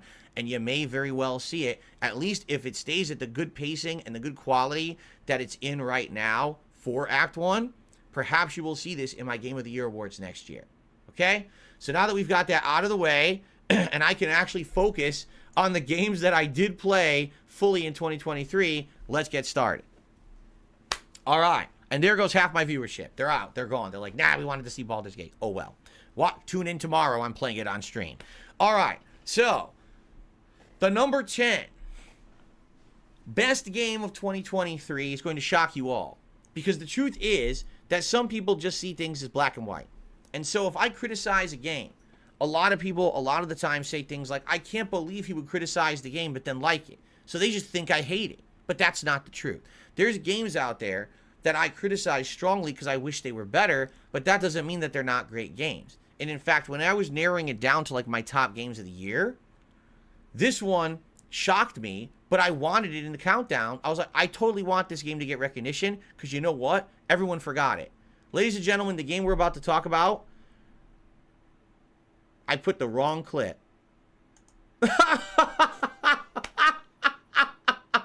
I put the wrong clip. Let's try that again. It was another Baldur's Gate 3 clip. Oops. All right. The game I wanted to talk about, where is it? Hold on. That was totally the wrong clip. Oh, crap. I don't have it. Oh, you got to be kidding me. I don't have it. Oh, well, guys, I don't have the clip. This really sucks. I have the wrong clip for you. I put an honorable mention clip twice. Because what I wanted to do, when I did honorable mention, I wanted to talk about this and say Baldur's Gate 3. but I accidentally didn't put the Star Wars clip in. Ladies and gentlemen, the game I wanted to talk about was Star Wars Jedi Survivor, and I don't have a clip of it for you tonight. I'm sorry, okay? So Star Wars Jedi Survivor, maybe I could do it really fast. Hold on. Maybe I can grab a clip really fast, but it's probably going to play the audio, and then I'm going to have to mute it. Let's see. I might have one. Crap. Is this Street Fighter 6? Maybe it's under Jedi Survivor. I think it is. Jedi Survivor. Okay. This is going to be real bootleg, and it's going to be loud. Hold on, I got to mute it. Once I play it, I got to mute it. Oh, it's muted. Oh, cool. All right. I pulled it off. Star Wars Jedi Survivor is my number 10 best game of 2023. And you're going to say, what? You're like, what? No way. Phil, you slammed this game. Just last night, it was actually featured in my most disappointing games of the year countdown. So some people are like, I don't understand. Why would Star Wars Jedi Survivor be in your top 10 best games of the year? Because the game is great.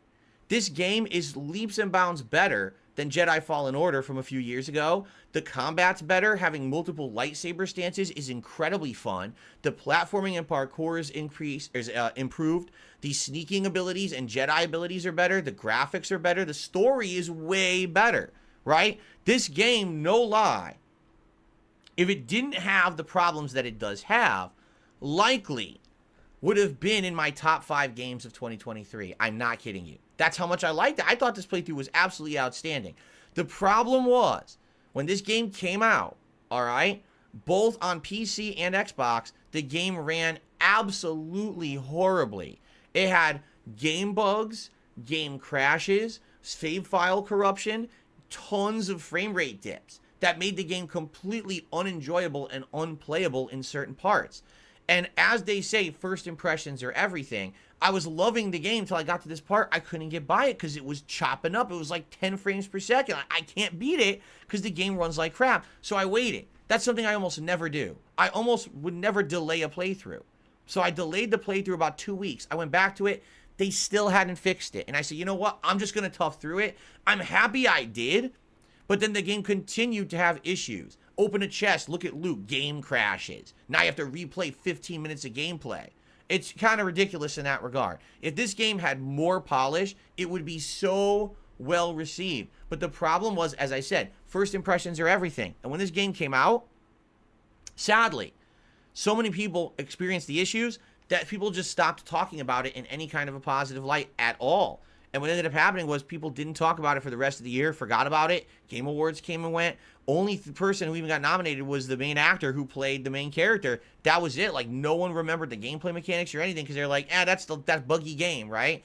And that's a shame. This game was so much better than this first one. And now I'm worried that maybe they won't make any more, but the story is unfinished. The story is continuing, and I'm like, man, I want a third game. I hope the third game, they take their time and they polish it, because I was so frustrated with how the game performed, and that held it back. So, you might disagree with me, and that's okay. But if you actually watch my playthrough of the game, you're going to see genuine joy and enjoyment for this, you know?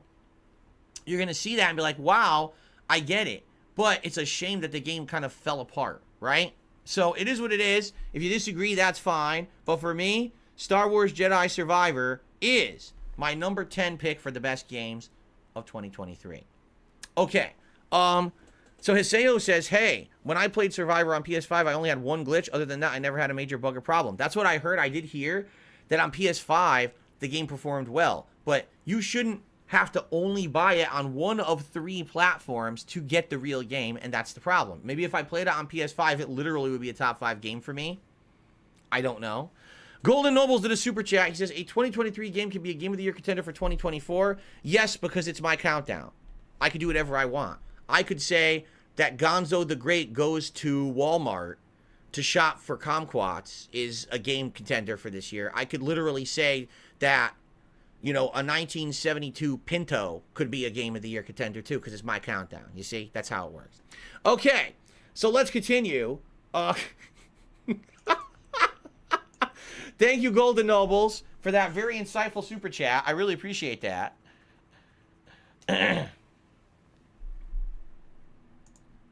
All right. Let's continue. Again, this is another one. My number 9 pick for game of the year, my number 9 best game of the year, I should say, is going to be a game where, again, a lot of people are going to be like, I can't believe it. Because so many people, again, think that it's black and white if a game is good or bad, and that's not true. All right? It's many shades of gray. That's scary when I say that because you know what it makes me think of. But anyway, I can see both sides of a game. And ultimately, there was a game this year that I raged at a lot, but when I finally got to the good parts of it and I beat it, I actually really enjoyed it. And that game is The Legend of Zelda, Tears of the Kingdom. And again, people, but you crapped on that game, and you said the frame rate was bad, and you didn't like the elements of it, and blah, blah, blah, blah, blah, right? And listen, okay, I get what you're saying, because I was kind of very critical of the game. That doesn't mean the game is bad, and I can't recognize it for being good. Nor does it mean that I disliked the game. In fact, I really liked the game. I did. I just felt it was too bloated. There was too much content to really discern what was important. And it took too long to beat because you were kind of wasting time figuring out what was important to do. But I liked the dungeons. I liked the boss fights. I liked going around and exploring the story and the glyphs.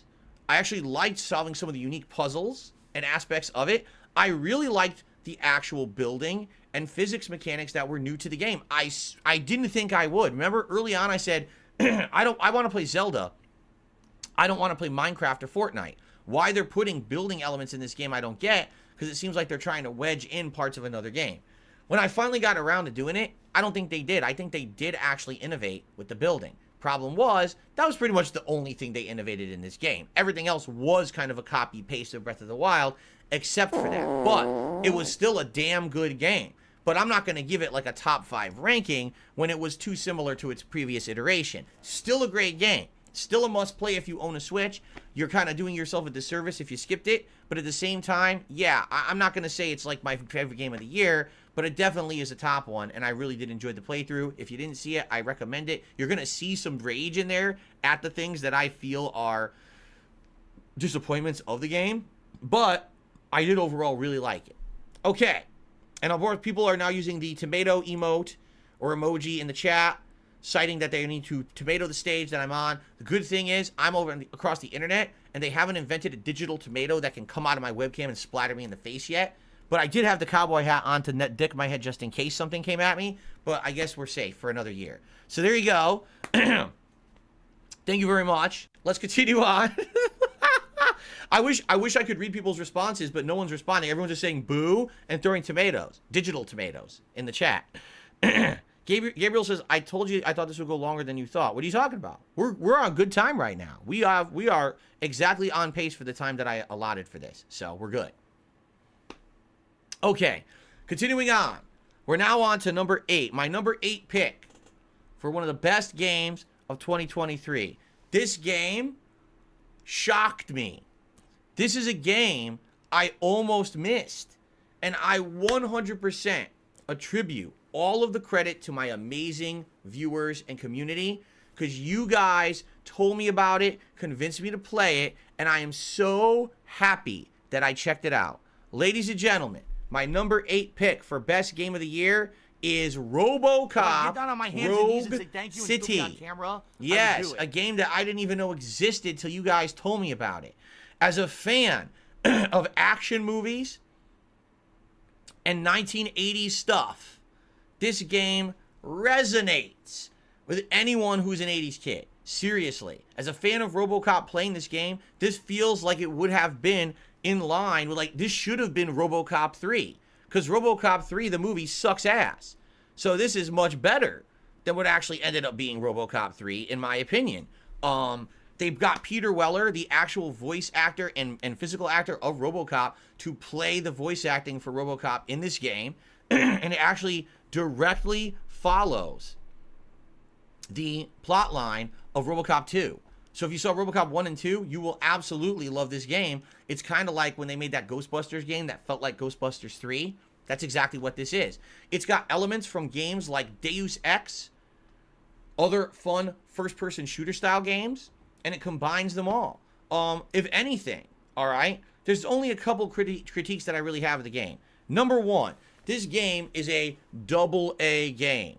This is not made by a giant big budget studio, and they didn't have the means to really make it a super high production value game.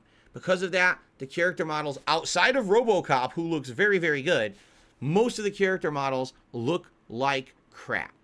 They do, okay? They look like they're early PS3, Xbox 360 era, maybe even late PS2 era character models. And that sucks. When you're making a game like this that has an epic story and all this content, you want your characters to look good. They don't. They just didn't have the budget for it. But outside of that, the gunplay is fun, and it evolves over the course of the game as you find upgrades for your amazing automated police issue handgun, okay? Side quests out the butt. You would think a game like this is just a first-person shooter. It's not. It literally is a first-person action RPG, again, similar to, say, like Deus Ex, where RoboCop will change how he plays over the course of the game. There's dialogue trees, and if you level him up in a certain way, he knows the right choices to make in dialogue. Think about that. That's like a Fallout choice, right? That's pretty darn neat. But he can increase gunplay, he can increase damage, different abilities, like shockwaves or ricocheting bullets off the environment to hit people from behind. It is pretty darn epic, the amount of upgrading choices you get playing the RoboCop game. You would never expect... I thought this was just a first-person shooter that was just action-based. It couldn't be further from the truth. The game's around 20 hours long, roughly. It's got cool story twists, awesome choices. The choices you make can actually affect things that happen in the end game of the game. It's got an epic final stage. It's got a cool, awesome twist at the end and an awesome final boss that's right in line with the movies.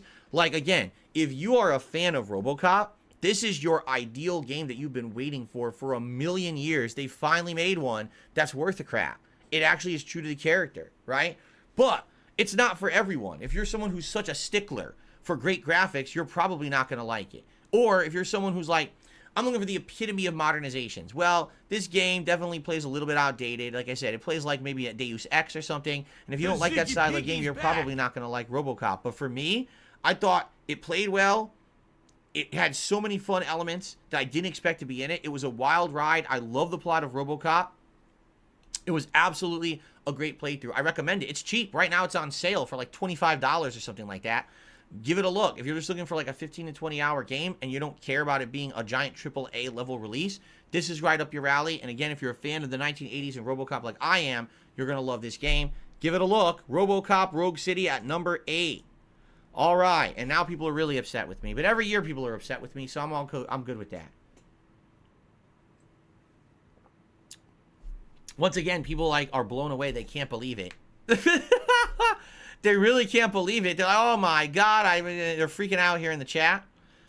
Spidey 5000 says, me and my father watched all the RoboCop movies, and this is great for us. Thumbs up. Cool. Knows What Real Vibe says, I think the game should have been top 5. It was a hidden gem, hardly any negative impact. I don't think it had enough refinement or enough content to be a top 5 game. You'll see what I mean. But anyway, let's continue on, ladies and gents. The countdown rolls on. Ladies and gentlemen, the number 7 best game of the year for me is a game that I kind of thought was going to be good. I kind of expected it to be, but that's because it's a sequel. And when you play a sequel, you expect that it should be at least as good as its predecessor. And in this case, I feel this sequel was better than its predecessor. It had improved graphics. It had better gameplay. It had refinedness that the first one didn't have. It actually solved a lot of the problems of the first game that felt very kind of repetitive and grindy. And overall, it actually showed that every once in a while, there can actually still be a good console exclusive in the modern era, because the game I'm talking about is Spider-Man 2. Spider-Man 2 was an exceptionally good outing in the superhero genre. People kept asking me the entire time I played Spider-Man 2, is this better than the Arkham trilogy? To which I answered, you know, for the modern day it is, but you have to kind of compare apples to apples. I don't think it's fair to compare the Batman Arkham series from almost a decade ago to a modern superhero game. But this game had so many improvements over the first. First of all, right off the get-go, you've got all of your abilities and combat powers from the first game, but you get to play as 2 Spider-Man.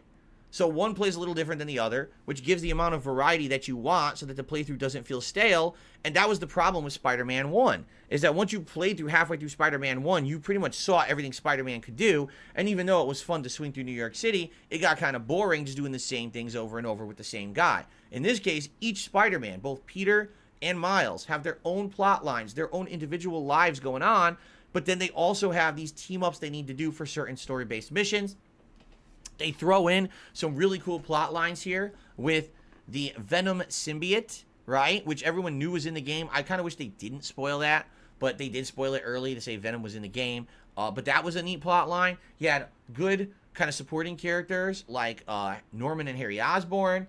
Some of the classic rogues gallery of Spider-Man are in the game, like Mysterio, Kraven the Hunter, etc. Sandman's in there. I like that a lot. I did. And the graphics were outstanding on the PS2 as well. Or, excuse me, the PS5 as well. Going along with how good the Miles Morales expansion looked, the game looks just as good, if not better.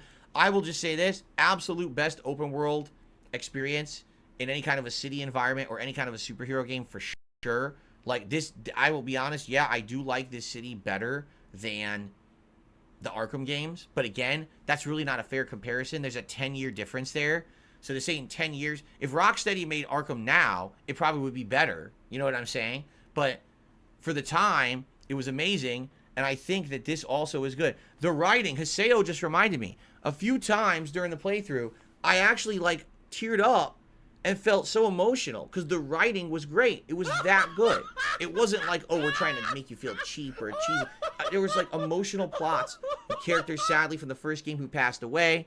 People coming to realizations about themselves, right?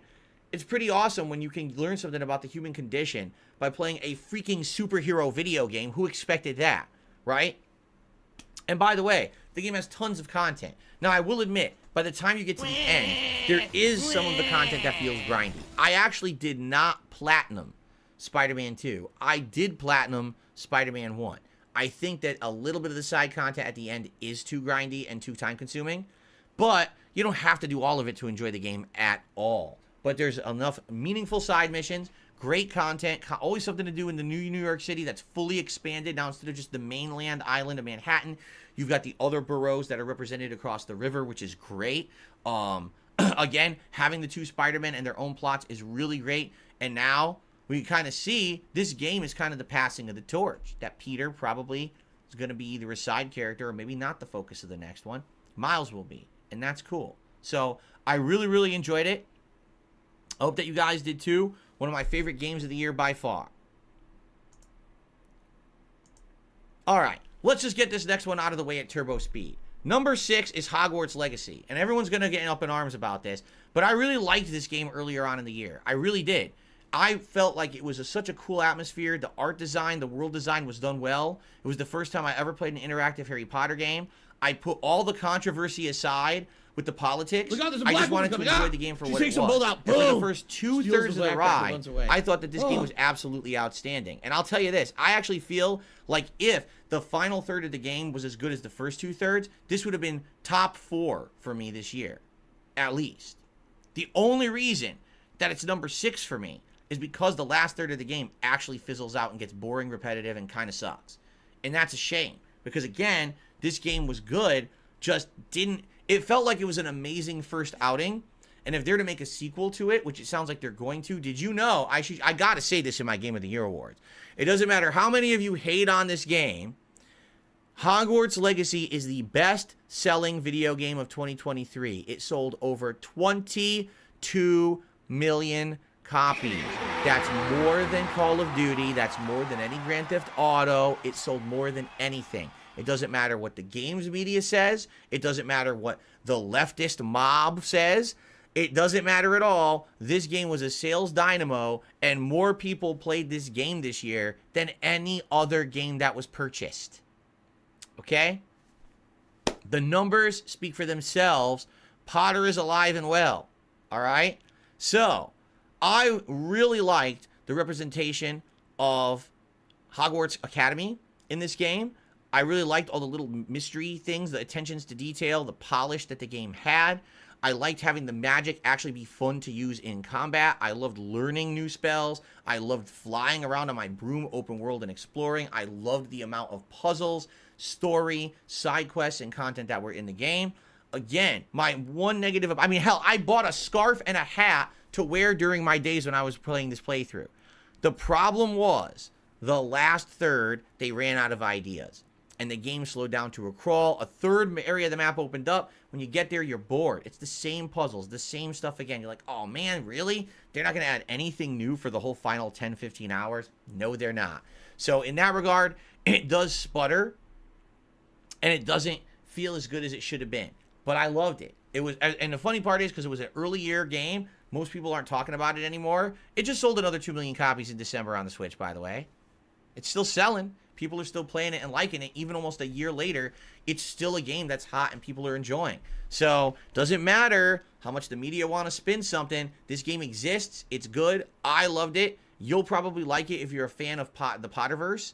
And don't listen to the nonsense, because it's hilarious when they tell you don't play it because J.K. Rowling. Well, the game is literally anti-politics of J.K. Rowling. There's a trans character in this game that is represented very, very fairly. Very positive character. They actually run an establishment in the Hogsmeade town. They're part of the plot for multiple missions. Never misrepresented in any bad way whatsoever. So how you can say this game supports her politics when actually it's directly in opposition to them, it just shows that you're an idiot. I'm sorry. Anyone who said that didn't play the game, didn't care, just wanted to stand on some kind of a soapbox because they really don't like J.K. Rowling, which is fine, but stop rubbing your politics off on things that don't involve them. This is a great game. Please give it a look. All right. I just wanted to get through that before people started getting their pitchforks and torches ready. Okay. Now we're into the top 5, ladies and gentlemen.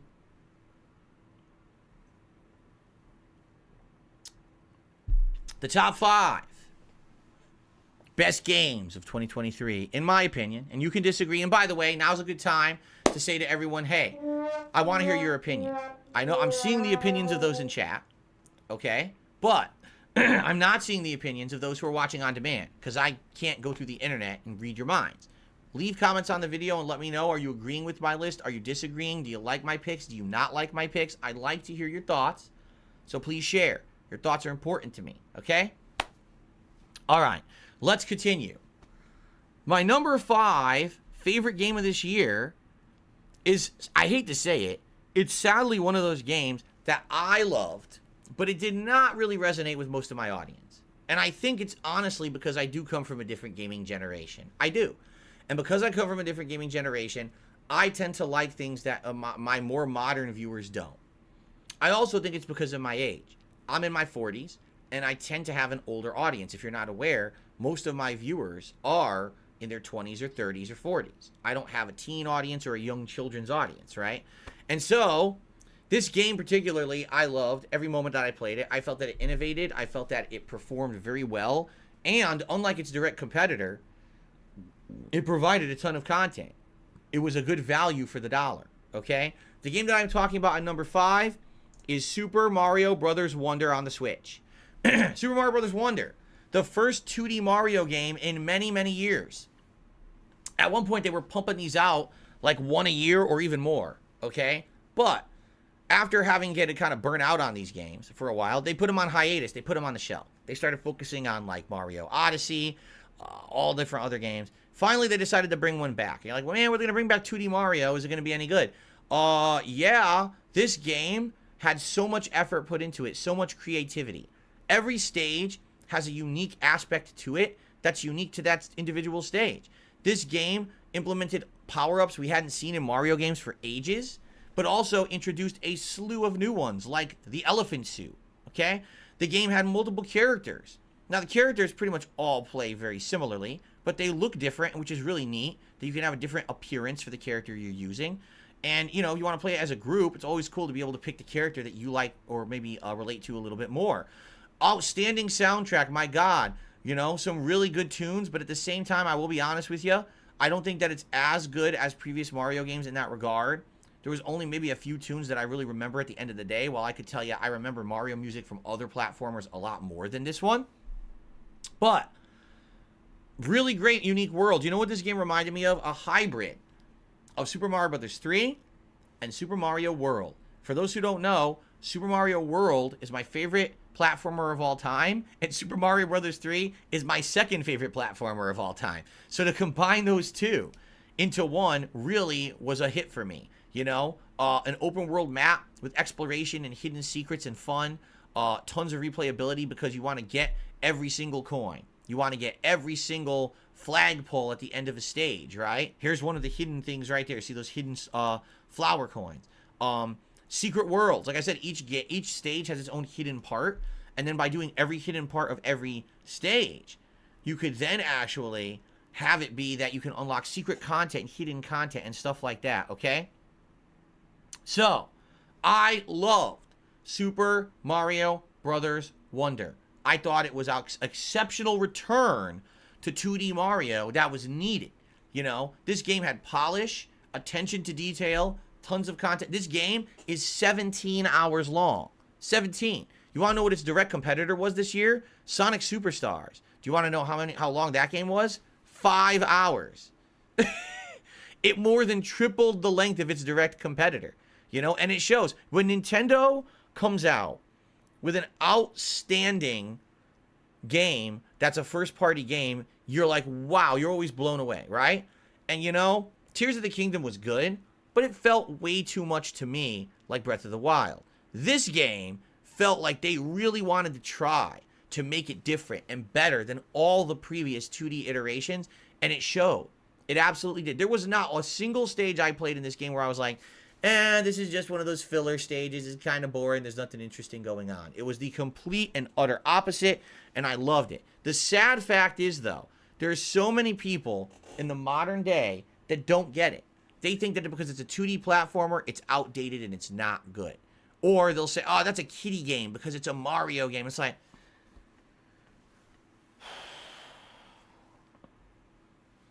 are we all not gamers and we're out for great gameplay experiences? And even if, like, 2D platforming isn't for you, can you not understand why these kind of games from a bygone era would still resonate with a certain audience? These are the games I grew up with, man. And to see that Nintendo is still in the modern day pumping out games that are innovative and different in this genre is amazing.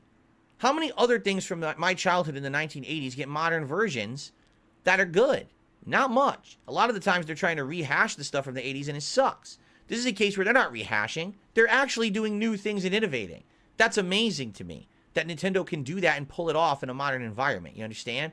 So, yeah, I am kind of irked that sadly with my audience, I can't get it so that people really like all the stuff that I like. I wish more people had liked this playthrough and wanted to see it. Honestly, this was actually one of my less received playthroughs. Low attendance, you know, people saying, I wish he would play something else. That's sad because the game was so darn good. This kind of happened with Super Mario Odyssey as well. I thought Super Mario Odyssey was Game of the Year 2017 and people gave me crap for it. Maybe I'm just, at heart, perhaps I really am a fanboy of Mario. Okay? I don't know. But I really enjoyed this game. I hope that if you didn't give it a shot because you heard from me, oh, it's a Mario game, that's a kid's game. Everyone of every age will enjoy this game. Seriously, it's got that challenge. If you actually make it into like a challenge run like I did, trying to find every coin, do every secret, you know, flag, see the secret exits, this game is super duper fun. Please give it a look. Even if you play it and you don't enjoy it, at least you judge for yourself. There's too many people in the modern day that don't judge for themselves. And I feel like, sadly, a lot of my viewers are like that. That's not an adult game. That's a game for little kids. Why do I care that Phil played it? Because it's good. I wouldn't tell you it was good. I wouldn't lie to you. Why would I lie? I want you to play good games. I'm not a jerk. I know some people think I'm a jerk. I'm not a jerk. I want you to enjoy the games that you put your time into. Okay?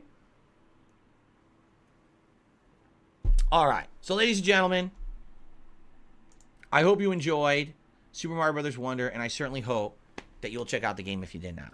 All right? Fair enough? Okay. I want to say thank you to Gaming Addict for a $20 super chat. However, you probably came to the possibly worst stream that you ever could to try to propose anything to me because this is my Game of the Year awards, and I can't be distracted tonight. I have to get through the list. So I appreciate that. If you're interested, you want to email me, darksidephil@hotmail.com, please do. And I thank you for the super chat, but there's no way that I can respond to that right now. I am amidst something very important, okay? Thank you, Gaming Addict, for the super chat. Okay, let's continue. So, now, we're really getting down to it, guys. We're getting down to the big ones. The ones that are my absolute fave games of the year. And so, ultimately, no matter what I now pick for the top 4, people will be upset. Because everyone has an idea in their mind of what they think was the best game of the year, correct? You can't get around that. The number 4 pick for my favorite game of the year, I was very pleased because, honestly, I wasn't sold on this one at all. All right? I was actually a skeptic. I believed that maybe this game didn't need to be made. All right? I thought maybe it was too early. Maybe it didn't need it at all. That there were better candidates. That there were better games. And that things needed to go in a different direction. But when I finally got my hands on the game and I played it, even having played a different version of this game only about a year prior, I was delighted with how it went. Okay? Rather than keep you with the edge of suspense, I think I'm just going to tell you what it is and explain my rationale. Ladies and gentlemen, my number 4 best game of the year, Resident Evil 4 Remake. A few years ago, there was a game called Resident Evil 2 Remake. And what it did is it reimagined the original Resident Evil 2 for the PlayStation 1 from the ground up for a modern audience. It redesigned the Raccoon City police station, the surrounding city around it, and all the underground lab and all of that. And it made it feel like a more modern game. I loved it. In fact, to this day, I still think that's like the poster child as the best version of a remake you can get. When Resident Evil 4 Remake was announced, all right, I said, why? Unlike the original Resident Evil games, this one's not that outdated. I mean, yeah, it's from GameCube era, PS2 era, but it was the first Resident Evil that had modernized controls, over-the-shoulder camera, better graphics, right? You could argue that a lot of the things in Resident Evil 4 were a more modern take on Resident Evil and changed it from its old tank controls and outdated mechanics to a modern situation, right? So, when they said Resident Evil 4 Remake, I said, does it need a remake? I'm not sure it does, all right? But let me tell you, this game won me over. It did. With its very, very, very improved graphics, with the new gameplay elements they added. Like, I particularly selected this video right now because I wanted to show you they added all of this content to the game. The lake now is a fully traversable lake with all this optional content around it that you can now explore. They redid certain parts of the game that previously were annoyances, okay? They made the El Gigante boss fights more interesting and fun rather than tedious or annoying. They retooled certain parts of the game, like the mansion, to be more in line with a modern game and not as annoying. But the challenge still remains. This is by no means an easy game. This is quite a hard game, and I played it on hard, and I still had fun with it. It still has those things, for example, the infamous crank scene, right? Where you're turning a crank and you're trying to save the president's daughter, and she has to basically be defeated, snipe the guys coming after her. When they're saying, mourir es vivir, mourir es vivir. And it's very annoying. Well, that's still in here. So all those classic moments, those memeable moments from the original game are still in here and you can still enjoy them. But there's a lot of new content and modernizations and new areas and side content that's added. So here's the direct comparison that I can make, okay? Here you go. Resident Evil 4 Remake versus the other major horror remake of the year, Dead Space Remake. Resident Evil 4 Remake put in an insane amount of effort to make it feel like a brand new game. You can play the original Resident Evil 4, then you can play the remake and say, wow, those are two different games. When I played Dead Space and then Dead Space Remake, it felt like I was playing the same game. And that's the major difference here. Okay? So that's what I really like the most about this game. Amazing graphics, great responsive controls that were greatly improved. A lot of the annoying parts of the original game improved upon. Better new areas, open world traversal in certain parts that was really, really cool. And, of course, it's Resident Evil, man. I love survival horror. You guys know that survival horror are always some of my favorite playthroughs of the year no matter what. And this one really resonated with me. A lot of people loved it. It was actually earlier on in the year and people loved me doing this playthrough.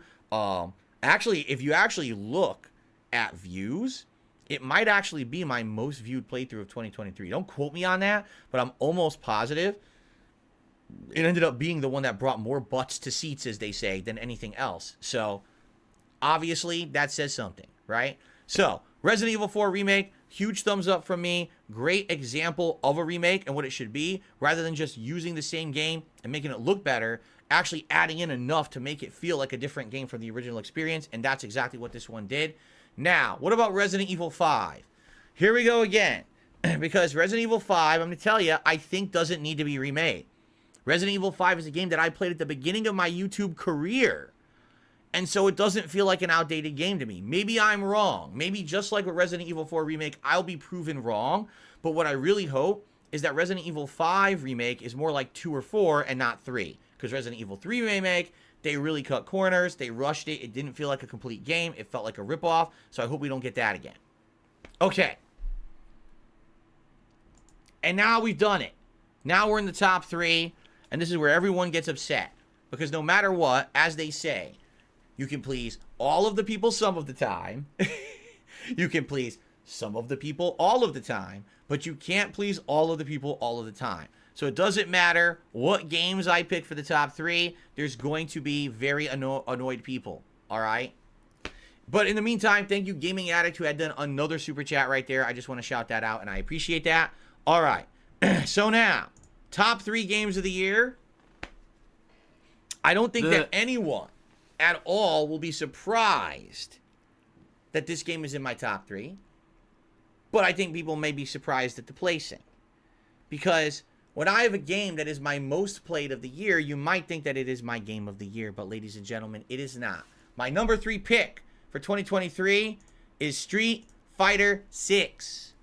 A game that reinvigorated my passion for fighting games. After so many years, I had just wrote them off and said I didn't want to play them anymore after having played Street Fighter 5 and hating it. An entire 7-year span passed where I was known as a fighting game YouTuber and I stopped playing most fighting games. I casually played the NetherRealm ones like Mortal Kombat or Injustice. I casually would play a Tekken, but I never really put effort into it, okay? And it wasn't until Street Fighter 6 came out that I said, hey, looks like they're doing everything right. And let me tell you guys something. I don't think they could have really done better for the launch of any kind of a game. I actually think that Street Fighter 6 is pretty much the best effort ever seen by any company doing a video game at a launch. First of all, they have offline content that's meaningful. A crazy 20-plus hour gameplay experience in World Tour mode. All right? Very good visuals, as you can see now that the frame rate is stabilizing in this video. Very good 60 frame per second, colorful, beautiful fighting game visuals. An awesome, robust, complex game engine that's way better than the engine of Street Fighter V. Absolutely.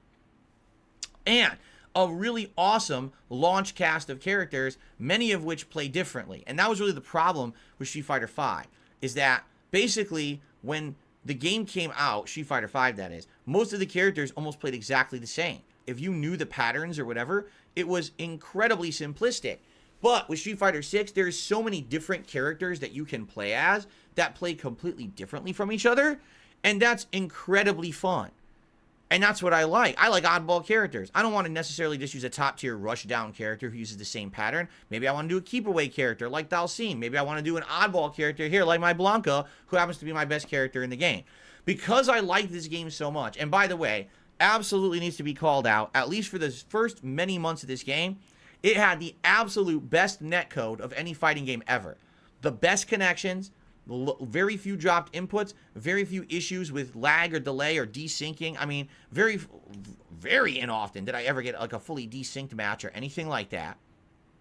I think that the ranking system was done well at launch. Like literally, it's hard for me to say that there were things that were annoying about this game at launch. It was done completely well, all right? And if it doesn't speak as a testament to how much I like the game, it's my most played game of 2023. This game got me back into competitive fighters, and I didn't think I ever would be, quite frankly, at my age, being 41 years old, and having been out of the competitive fighting game scene for 7+ years, to be able to play this game and get not 1, not 2, not 3, but 4 characters to the master ranking online, never of which I didn't even play Street Fighter 4 that much online. And I liked Street Fighter 4, and I didn't do that. This game I absolutely did. I went crazy playing this game, essentially, and got really good at it. I mean, look at the combos that I'm doing on screen right now, and dropping, but then I end up winning the match anyway. Right? So, here's the thing. A lot of people would say to me, well, I don't get it. Isn't this the game that also disappointed you and caused you the most amount of rage? Well, you could say that too, but that's because of my passion for fighting games, right? I love them. I want to be able to perform at a level that's entertaining to you and to know that I can hang with some of the better players online. And the fact is that over the months that this game has been out, the experience has deteriorated for sure. For sure. What happened is there's less players. When I first started playing, there was a humongous body of players. So no matter who you were playing, almost every single time you're getting a good connection because it's picking from the best. But as you rank up and you get better, now you want to play people that are of your rank, and that's a smaller player pool. As the game gets older, 4 months, 5 months, 6 months, 7 months, the player pool is just smaller and smaller anyways. People fall off and stop playing the game. So ultimately, it's always going to get worse over time, and that's what happened. My overall experience with this game started off incredibly strong and then ended up being very, very disappointing. Now, in the modern day, when I try to play it, it's harder to get good connections and fair matches. A lot of the times what's happened is people have found ways around being fair and kind of abusing the lag and stuff, and so your experience is going to degrade. And there's nothing much you can really do about that. That always happens when it comes to fighting games in the long term, all right? But again, a cool story mode for those who don't care about the game being competitive. That's 20 plus hours long. The ability to create your own avatar and have an online social experience. That's really cool in an online lobby system. Online lobbies that work, that have proper moderation, invites. It all works functionally at launch. A great initial online experience. The best netcode I've ever experienced in a fighting game, hands down. Even though I criticize it today, it's still the best that's available out there. Just take a look at their direct competitor, Mortal Kombat 1, and see how poorly that game performed. And you're going to see that even though this game isn't perfect, it's still the best option that you have, okay? A unique cast of characters, great combat mechanics that are very, very complex, but also rewarding and fun to learn. Just trust me, because when I started the game, I didn't understand half of them. And then by the time I started learning them, I was performing well and really enjoying the game at the high level that I played it at. I mean, I could keep going on and on about the good things about Street Fighter 6. It is right now the best fighting game out there. Now, will something else beat it? Maybe. You got Tekken 8 right around the corner. There's going to be other games coming out. You don't know what happens because you know this is going to have expansions that are going to change the way the game plays online, and maybe it'll end up being better or worse. Who knows? What I can tell you is, it was awesome. The 7 to 8 months that I just played Street Fighter 6 straight, I really enjoyed it. I was excited to get back into competitive fighting games. I had a great time with it. I hope that you guys enjoyed it. I mean, I know you did. You were along for the ride. The views were outstanding. The support was grand. It was a very awesome experience to play Street Fighter 6 with all of you. I don't want you to think that this means this is the end of me playing it. It isn't. But at the same time, it's time to maybe give other games a lot more attention, especially with Tekken 8 coming out soon. I'm going to give that a shot. But I loved it. I hope you'll, maybe one day, maybe you'll go back and watch some of these matches and see my progress over the months, how I got better and better with certain characters and stuff like that. It's kind of a fun thing to do, right? Anyway, Street Fighter 6, number 3, favorite game of 2023. There you go. Some people are upset. I know they are. No Suit Real Vibe says, don't remember, there's still 2 DLC characters on the way. Right, and I did buy the Season Pass, and I will be checking out those characters. Ladies and gentlemen, it's time for the top 2. And much like I just did with my disappointing games of the year countdown, what I would like to do now is compare the top 2 games head to head, let you know exactly what I liked about each one, and then announce my pick for game of the year. So in no particular order, please allow me to announce the top 2 games. These are not number 2 and number 1. These are the top 2. Then I'm going to tell you what my real pick for game of the year is, okay? So the first game making the finals of my Game of the Year awards for 2023 is Lies of P. This game delighted me in every single way that I want to be delighted when I'm playing a video game. Outstanding graphical performance on the Xbox Series X. Responsive, fun controls, and gameplay elements that change depending on what weapon you're using and that are constantly evolving over the course of the game. A story that was absolutely riveting. The lore of Lies of P was exceptionally good. It got me hooked on this universe and made me buy in. I didn't think I would. I thought, it's kind of a Bloodborne knockoff, right? But once you get into the plot, why are these androids revolting? Why do they have independence all of a sudden and they're not obeying the humans? What are these weird mutations in the environment and where did they come from? And do they have some factor into the malfunctioning androids? what is going on behind the scenes with this mysterious alchemist who seems to be pulling the strings, no pun intended, of all the robots and the main character, right? So all this going on and tying into the story of Pinocchio is just an added bonus, because if you know the story of Pinocchio, or if you've seen maybe the Disney movie, you're trying to figure out who are the characters, how does it tie in, and stuff like that. The game starts off good, but just gets better and better. First, you start off just fighting androids. Then you're fighting mutations and freaks. Then you're fighting mutated monsters, bugs, all kinds of stuff. The bosses are just as varied as any FromSoft game and have unique fun elements to them. The game is very challenging, but never at any point during the game did I feel like it was unfair. I felt like it was right on par with what you would expect from a FromSoft game. And the funny part about that is, how many years have we all been asking for Bloodborne 2? And we keep asking, but we don't get it. Well, this company basically said, we're not waiting any longer. It's obvious FromSoft isn't doing it. Let's do it. And really, this game feels to me like the spiritual successor to Bloodborne. It's not exactly the same, okay? You know, there are different things. There's a parry system instead of a gun to fire to parry. You're doing timed blocks and things like that. But definitely, the hybrid of gameplay between Bloodborne and Sekiro is apparent. The gothic style of the cities and the like also is very, very apparent. And the music is well done. The story, the atmosphere, it's all well done. It's like if you wanted another Bloodborne, but you knew you could never get one, this is the best thing that you're going to get. All right? Oh, by the way, it's lengthy. It's a great value for the dollar. It's not a quick 10-hour experience. It's very lengthy. Just, again, as lengthy as Bloodborne or any other game in that franchise. So they did it right. And I apologize because I feel like I picked a crappy video. I thought that... I really thought that I had picked a better video than this. I definitely didn't, as you can see. I accidentally picked a video where he's just walking around the hotel. If he doesn't go do some combat quick, I think I'll play a different video. I thought I had it. I definitely picked the wrong video here, because this is all story elements. So you know what? Hold on. What number was it? It was number 4. Hold on a second here. Is this it here? There you go. So now you can actually see some action. I'm sorry about that. I apologize. Totally my fault. Yeah, exactly. People like, did you play Lies of P or Hotel Simulator? Oops.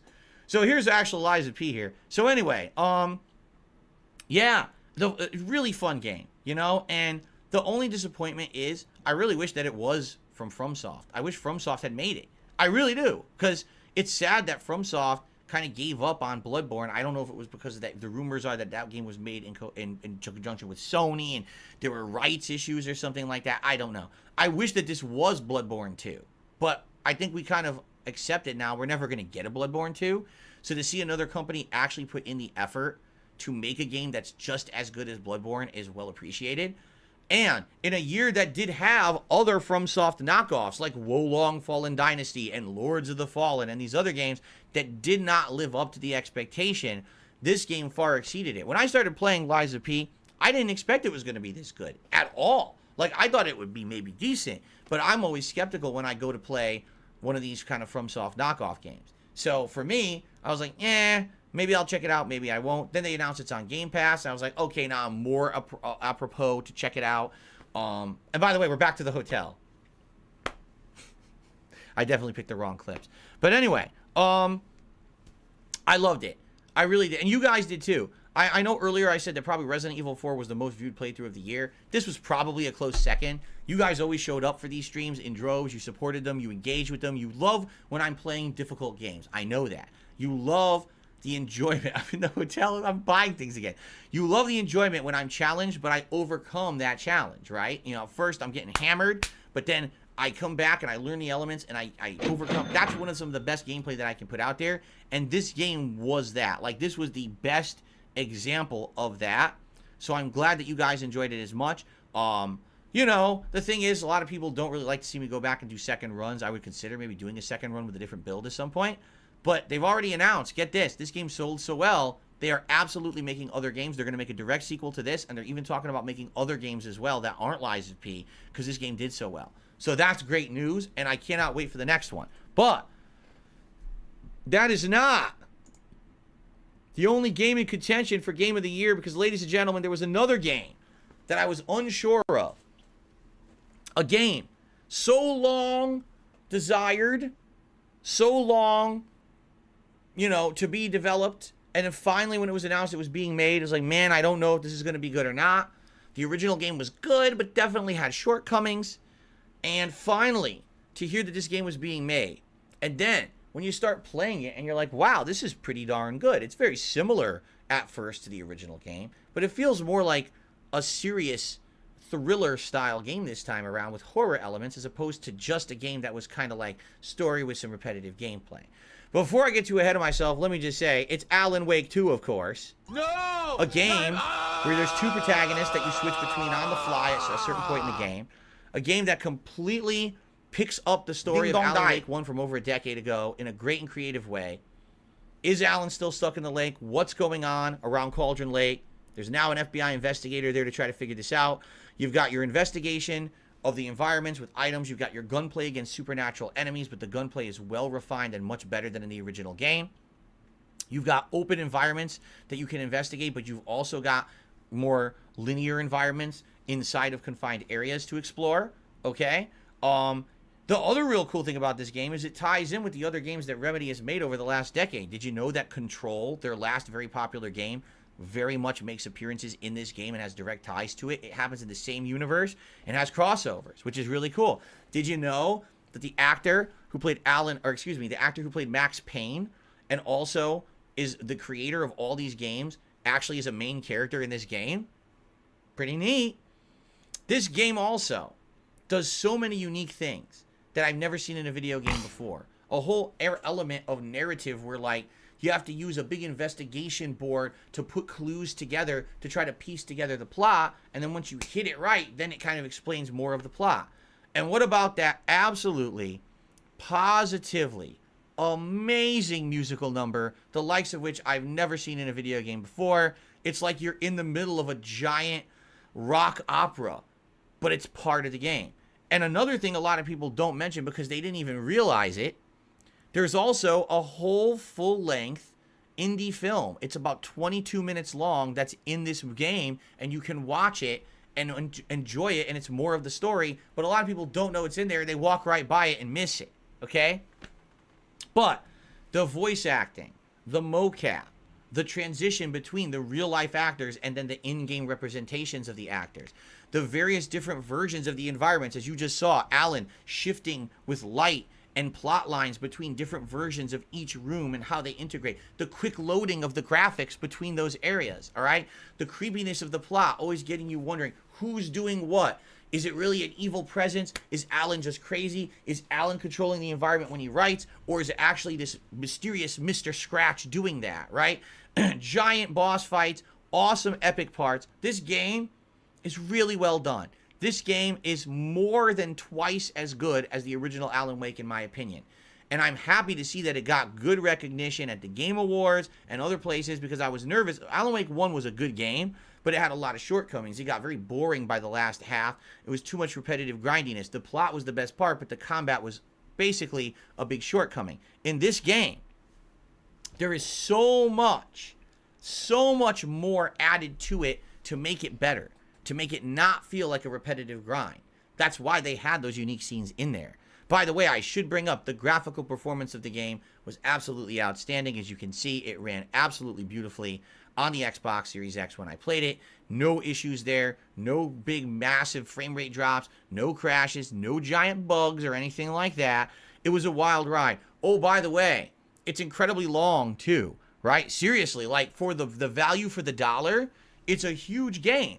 Alan Wake 1 wasn't nearly as long as this one. It almost feels like this is what they wanted to do with Alan Wake 1 over a decade ago. But because of the limitations of what was possible back then, they couldn't make the game. They had to go through a decade of making other games like Quantum Break and Control to get to the point where now they could actually make that game they wanted. And now that it's out, this is so much better than the original. And again, blew me away. I liked Alan Wake 1. I loved Alan Wake 2. I cannot wait for the expansions, for the sequel. You know they're making more because the game sold very well, and already they've got all these things lined up, DLC expansions and everything else, and I'm very excited for that, all right? So, when I'm looking at the top 2 games of the year, all right, and it's like, man, how do you determine what's the best game of the year? You got to look at a few factors, right? I mean, both Lies of P as well as Alan Wake 2 are worthy of being Game of the Year 2023, in my opinion. So I got to kind of start looking at, like, objective versus subjective, you know? I always wanted a sequel to Bloodborne. Well, we got it, and it's exceptionally good. Well, I always wanted a sequel to Alan Wake, and we got it, and it's exceptionally good. Both games improve upon the things that they're striving to improve upon, and they give you a unique and fun experience, right? So honestly, it's so hard for me to pick, all right? I'm just going to be a cop-out, and I'm going to say Baldur's Gate 3 is the best game of 2023. That way, everyone will get off my ass and stop bothering me and stop pestering me, okay? I'm done. That's my game of the year. No, I'm not going to do that. Absolutely not. Instead, I'm actually going to be a man about it, and I'm going to select an actual winner, okay? Okay, it's this simple. When you're selecting a game of the year, you have to weigh and balance everything. The length of the game, the quality of the game, the graphics, the performance, everything. There is one shining factor in my game of the year determination for 2023. Does that sound like taking chances sounds nothing like that at all. and being unique. There is one game this year that took creative chances and did things in a video game that I've absolutely never seen before and had moments that I will never forget. And that game absolutely positively was Alan Wake 2. With that rock opera segment, with the short film that's in there, with the uniqueness of the plot and the investigation techniques of the Mind Palace that are in there, 2 protagonists you can alternate between whenever you feel like. It did so many things that could have not worked. And they all worked. Every single one of those things actually works. And because of that, I will have this unique memory of an absolutely outstanding game in my mind for years to come. I will not forget the Herald of Darkness musical number. I'm going to remember those lyrics. I'm going to remember that music. I'm going to remember that time that I was sitting right here with all of you and how much we enjoyed that together on that night stream, that we weren't expecting that to happen, and we were all blown away. Okay? So, Alan Wake 2, because of the chances it took and creatively hit the home run, is my pick for Game of the Year of 2023. So, I've done it. I've ranked them per my personal preferences. What do you think? Do you agree? Do you disagree? I can tell you right now, Monty Mole's furious because he just typed about 72 different tomatoes into the stream chat. So he's very upset with me. But I think this was an exceptionally good year for games. And I hope that if you have difference of opinion, you'll share it with me by leaving a comment on this video after the fact and let me know. But in the meantime, man, as disappointing as games were in 2023, as you can see via my countdown here, there were just as great positive games. And I'm happy to see that not every game is becoming just a sellout or a game that wants to copy another game and fail miserably, you know? I'm happy for that there's still innovation, that there's still creativity in the gaming community, that they're still trying to make works of art that will resonate and be remembered rather than, how do we print the most money for this game we're about to put out? That's a major problem we're having right now in the gaming industry, and it's getting very hard to tackle those issues, okay? Thankfully, not every game dev team has been corrupted or ruined by its own parent company or management team, and we're still getting unique experiences.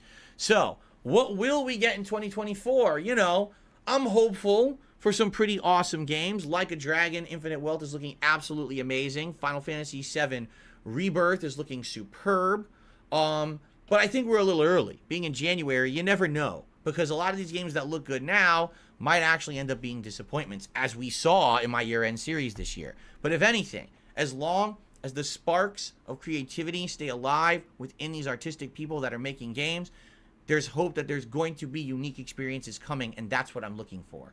So, thank you all for hanging out with me in 2023. Another superb year for games. Thank you for watching my year-end series. Thank you for all of your love and support of DSP Gaming over the course of this last year. I can promise you this, 2024 is already off to a great start and is going to be another great one here. So, for my year-end series and for my Game of the Year awards for 2023, this is DSP signing off and saying Thank you all so very much.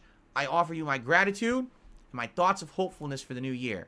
Peace out, my friends, and I will see you all on a gaming stream to come soon. Bye-bye for now. All right. We did it. We did it. What did you guys think?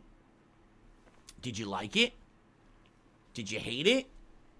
Is it somewhere in the middle? No Sleep Real Vive says, I think you said there was minimal to no criticism of Lies of P whatsoever. Oh well, hopefully the second game will take your future game of the year. Toasty liked the list. Reverse 750 says the real like transition was better balanced in this than it was in Quantum Break, which felt more like a TV show than a game. The real life transition. You talk about Alan Wake 2. Carlos says, so sad Armored Core got axed, but the game did win Best Action Game. I would have said Armored Core probably would have been just below all of this, but I'll be honest with you, like Armored Core was good, but not it was a fun romp, but like it's not crazy that I loved it so much and I want to play it again, or I'm not even dying to play the sequel, quite frankly. You know what I mean? Solid top 10 says Spidey. Thank you. Hiseo says I love the countdown, but Spider-Man should have been higher. Mint says good stuff, minus having the most disappointing games on the list as well. Again, I think you misunderstand the whole point of this is not the whole point of this list is not that because I thought a game was disappointing that it's bad. I don't know why people have that conception that because a game was on the disappointing list that it's a bad game. It just means that it disappointed me for some reason, but it could still be a great game, and that's why a few of them were on this list. Life is not black and white. You know what I mean? No mention of Like a Dragon Gaiden. Here's the thing. I like Like a Dragon Gaiden, but it's a filler game, and we all know that. That is not a full-fledged game. It's meant to be a shortened version of what Like a Dragon is. Most of the game is just side content. The plot is very short, but that's why they didn't charge full price, and that's also why it's a Game Pass game, you know? So, to me, it's kind of like, what's the main event? Like a Dragon Infinite Well. Like a Dragon Gaiden's kind of like the appetizer leading up to it, so it's not really something that's crazy resonating with me as a memorable game. You know what I mean? I technically didn't finish Hogwarts. Yes, I did. I finished it. It's ridiculous what you're saying. Why didn't AC Mirage make the disappointing countdown? Because it didn't really disappoint me that much. It was not great, but it wasn't bad. And again, a discount game, and I got it on you know the Ubisoft Plus thing. It wasn't terrible. It didn't piss me off, right? That's why. Gabriel's in a super chat. Oh, I'm sorry. He says Alan Wake 2, best game released this year, not even close. Thank you, Gabriel. I'm sorry I missed your super chat. Sorry about that.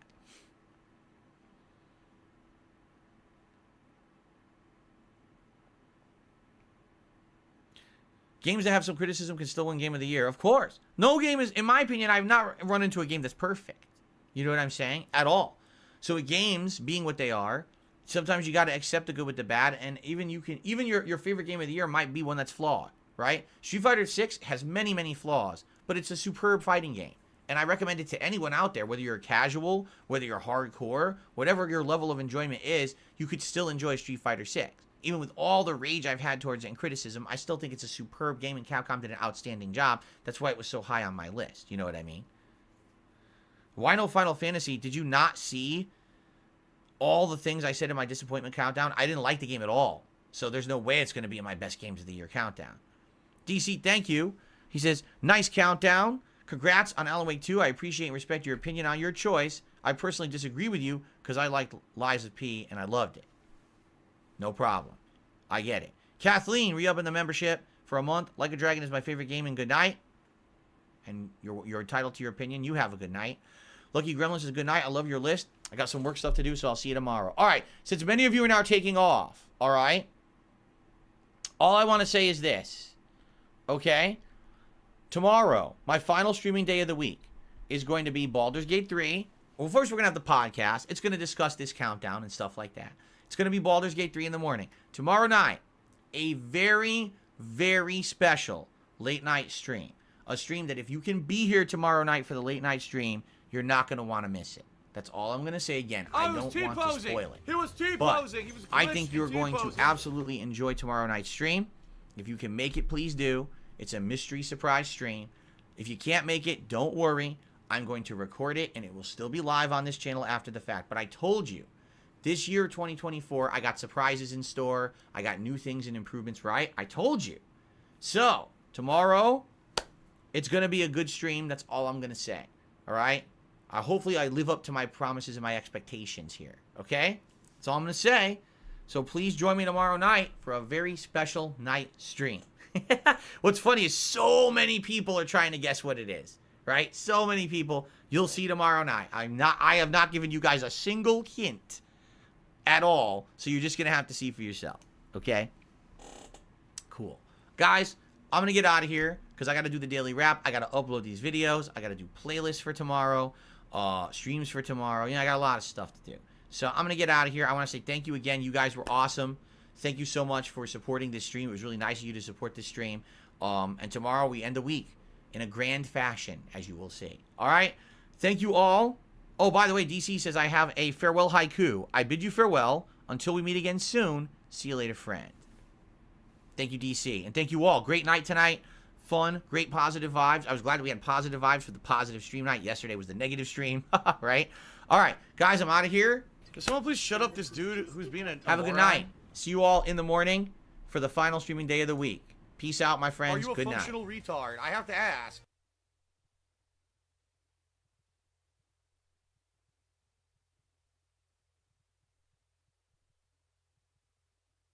Man, I sure hope that I don't accidentally spill the beans about tomorrow night's stream by leaving the mic on right now and I start talking about the very big...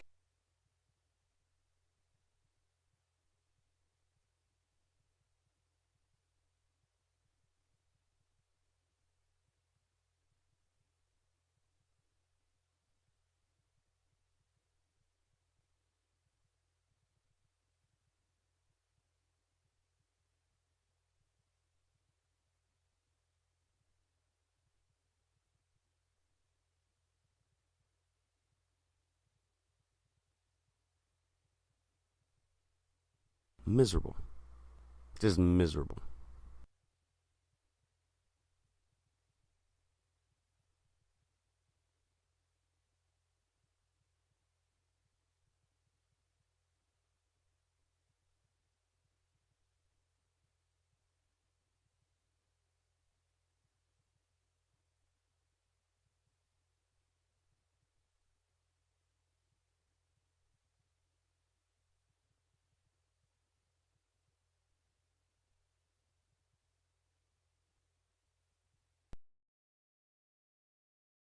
The trolling a bit. Then suddenly the cheers and donations start swelling up, feeling that tipped up. And it's all because of morons that I con with facts that think that are not true. Then suddenly my contradictions and my bullshit grow. And then I know these idiots believe the lies conceived. As long as my begging goes through, thanks for the money to me.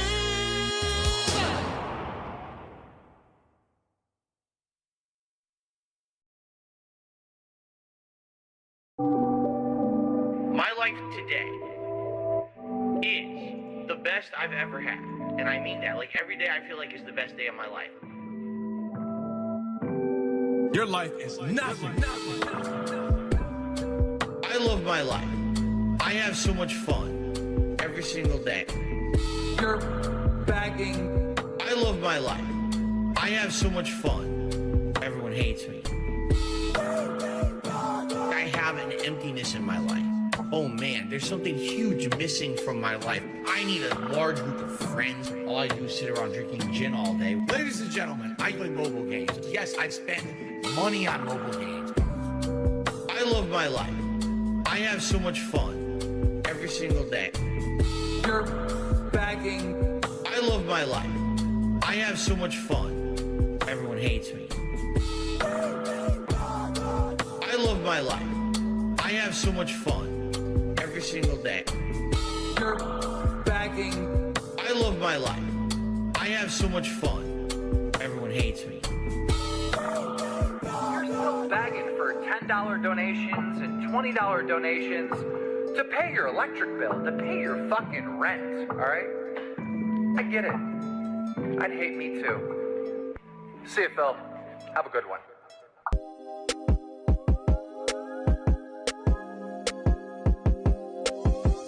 You driving a Subaru, I'm whipping a Beamer. Stole his bitch, made a fat on my feeder. Came up off YouTube, now I'm a streamer. Rolling a blunt with Dick Loves Lemurs. Fuck the odds, fuck Rich and Keen. So John Rambeezy pull up with the heater. CT streets, you wouldn't want to be there. I went to gym, might jerk a whole liter. I'm scamming a dent out of his cash. Got my day off, so I'm hitting to a dash. If you talking down, get banned from the chat. Gotta go crown, he's still getting whacked. I posted up with Jasper the cat. Sending shots at Howard to get turned to a pack. My dog T Dirty got shot in the back. I'm smoking on blip and shit in my set. On a cannon app, but I still need cash. Got Hogan's, I'm opening packs. Replace the evil, so I'm running it back. Blue chest gets sprayed like a cat. I need this money for my wife and my cat. Hey, Howard wanted some online lag. Dutch brothers in a pack, they got my back. Shooters and wheelchairs, they cannot lag. It's Heaven's fault and they're with a gun and a mask. Flip the egg ain't there, click and crack. Doing like that's okay, they never coming back. Streets so teen, it's my heart black. I'm getting paid 100 to put on a hat. Members just hit her, I see you drop the bag. Great way to support a super thanks to chat. But I prefer tips cause I instantly get that. You driving a Subaru, I'm whipping a Beamer. Stole his bitch, made a fat on my feet. Came up off YouTube, now I'm a streamer. Rolling a blunt with Dick Loves Lemurs. Fuck the odds, fuck Rich and Keen. Saw John Rambeezy pull up with the heater. CT streets, you wouldn't want to be there. I went to gym, might jerk a whole liter.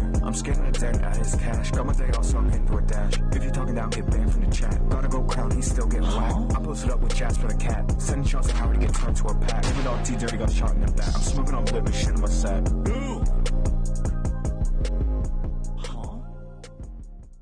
This guy is so out of touch with reality. Seriously, this guy is like, I think he lives in a different, like dimension. You got tips for me. An e-banking scammer. Support is mandatory. It's been tough. You got troubles, but I got them too. Do you operate a household? If I don't hit my hackle, Jasper's dead, dude. No, Jasper! I got 2 big bills and a DoorDashed food. I need new card bounties. We're not gonna call them bounty. My wife is always hungry. I'm probably ordering some food for my wife. Some other folks might be a little bit smarter than I am. I'm stupid. But I'm not a shill. I'm honest too. This guy's a fucking piece of shit. And none of them would ever exploit you the way I do. It's me and you, boys. We're daring. As the years go by, my begging will never die. Money, it's greed. You're gonna see me die on stream. Cause you got tips for me. I don't wanna ban you, please. Yeah, you got tips for Reed. Me! Reed! Shut up. So they rock to the beat for your boy. Dumba, dumba. Rock to the beat for your boy. Dumba. Here we go. I want money. I want tips. Pay my taxes. Eat a dick. With you. Easy to eat. With you. My tax attorney screwed me over. YouTube views. Fucking pointless. What can I do? I'm screwed. I want to do a fundraiser to pay my tax on Twitch. Violated the rules. Get that ass banned. What a bitch. Dumba. It's not my fault. Dumba. It's not my fault. It was YouTube. It was taxes. It was detractors. It was cinema. It was copyright strikes. Not my fault. Phil, you know, with all this going on, we really want you to have a new TV. You should tip me. You should tip me. If you're not aware, just a standard doctor's visit is hundreds of dollars. You should tip me. You should tip me. In addition to all of that, last night also, I was looking at gaming headphones. You should tip me. You should tip me. I might have to sell my house. You should tip me.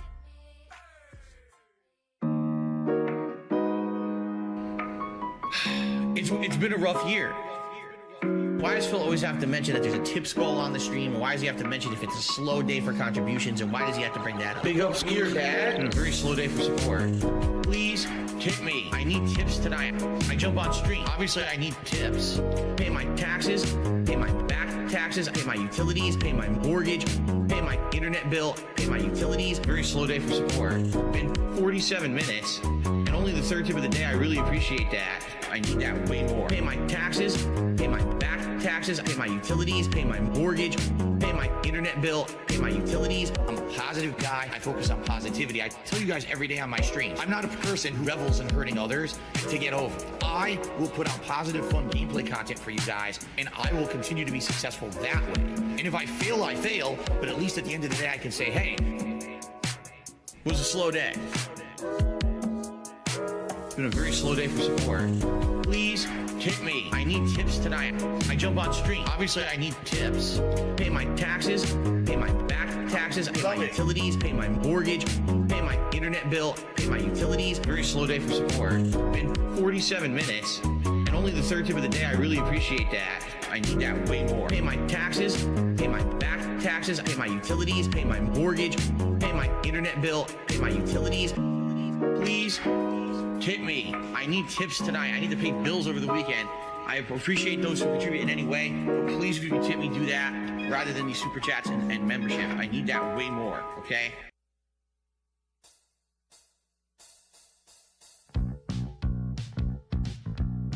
April is coming up. Incidentally, April's the month of my fucking birthday. Oh, great. I mean, I'm just so happy that my birthday is coming up at one of the worst times ever for me in my YouTube existence, and let me explain why, okay? The reason that April's gonna be such a tough month, a bad month, no matter what, even if we're having fun and tons of people are showing up on stream and tons of people are watching YouTube videos, I still have potential to be in massive crisis in April. Here's why. Last month, February, I made the least by far ever on YouTube, all right? That's why I left Machinima and all that. I had to have a change. I just no answers, and I'm not getting my answers on what's going on. I had to fucking figure out what was going on for myself. You only come out on streams and start to cry and bleed. Nothing is new, we've seen it all before. Whining and flailing, oh, he's streaming for you, but his eyes are on your door. How many have paid to see what you think you're getting for free? Patron's choice, you play your game, then quit at the end. Money's the matter. If you're really a fan, you really will have to spend. Oh, here he comes. Watch out, fans, he'll start to pout. Oh, here he comes. He's an e-beggar. Oh, here he comes. Watch out, fans, he'll start to pout. Oh, here he comes. He's an e-beggar.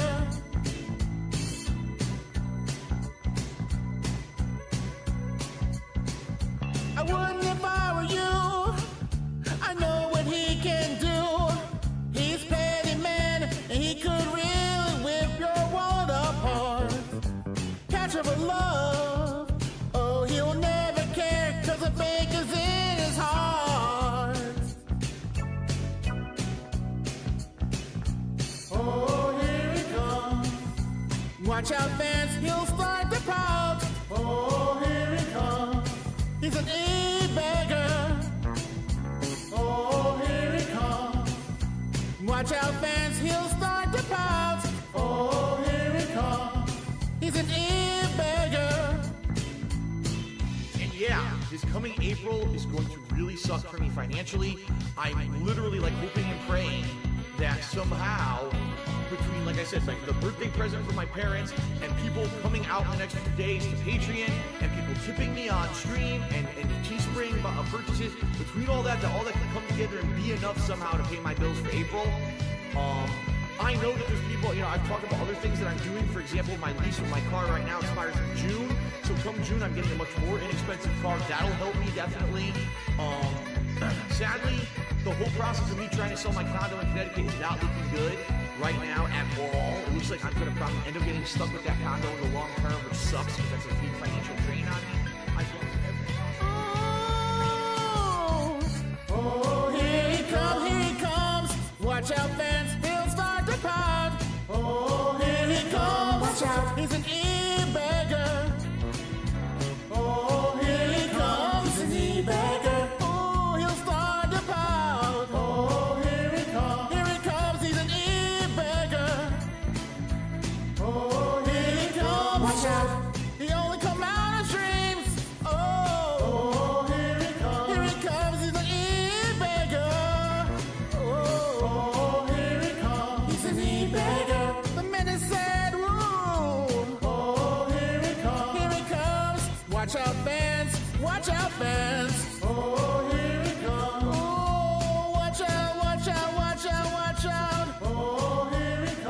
comes the e-beggar. Oh, here he comes, the e-beggar. He's whining, flailing, oh, here he comes. Auger production. All one take. AEG Almighty Egg Gang. No ad-libs. Niggas, they don't talk to me. Yo, bitch can't even talk for free. Chillin' with the gang, AEG, you know how it be. 16K for me to speak. Who told you that talk is cheap? My dogs is gonna locked up. Almighty niggas, we ain't weak. Flying down the street, I see patrols, they think they own me. Sipping Jose Cuervo styrofoam, don't get close to me. No new faces coming down that street. Summer, winter, spring, I done found my lane. Now this rap shit is easy. See your shit sounding lame. Now the pieces we can't, you can't speak. Took your bitches plain to see. I hit it once faithfully. Dick all on the face, shit look like squirrel. It ain't hard to see. 1 time, 2 times commit a crime and I was hard to see. 3 times, 4 times headshots. Leave them at the scene. You Urkels just don't start with me. Season first, I brown a beat. McChicken gang looking like microwave. Barely bring the heat. Just like Reggie Miller with the 3. Scoring faithfully. Pacing down Money Street. Think I'm from Indiana. Down the chimney with the bag, this nigga look like Santa. Big pull-ups, no pampers. I tried to put my team on. Had to do them just like Bron James. Found a new home. AEG Almighty Egg Gang. We turn the skillet on. You might think the eggs gang bang. We don't have flags on. Pull up a mask on. Growth and development. I got it. New the tags on. Established like a settlement. Big bucks, no whammies on. Proper like a president. Time's up, the alarm is on. Almighty out, I'm heaven sent gang. And that's how you kill a beat, AEG.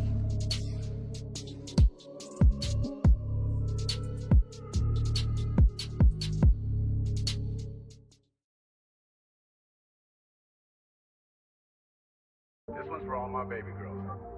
And it starts to click, you know, if someone just keeps saying sorry when they do something, they're not really apologizing, right? If apologizing isn't just words, it's I will not do this thing again because I feel bad about it. If you keep doing the thing, it's not actually an apology.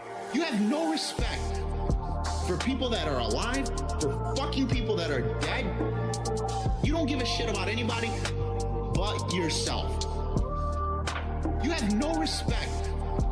Apologizing isn't just words. You have no respect. Do you value money more than our friendship? But that's the way of them saying, we want nothing to do with Phil at all moving forward. Let's make up a bunch of shit or twist a bunch of shit to make him sound bad because everyone hates him now anyway on the internet. So let's make him look like the villain so everyone will believe it and we'll just be washing our hands of the whole situation and we never have to deal with him ever again. And you know what? Look what's happened. Literally, no one bugs them anymore. Nothing. It's all, they're completely washed. The hands are clean. You have no respect for people that are alive, for fucking people that are dead. You don't give a shit about anybody but yourself. You have no respect. Apologizing isn't just words.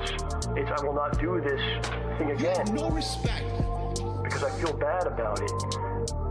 He watches too much WWE. John starts getting text messages at 6 o'clock in the morning. That means it's like 2 o'clock in the morning there. So now, when you start reading them, you start looking at it, and it doesn't make any sense why he's even texting.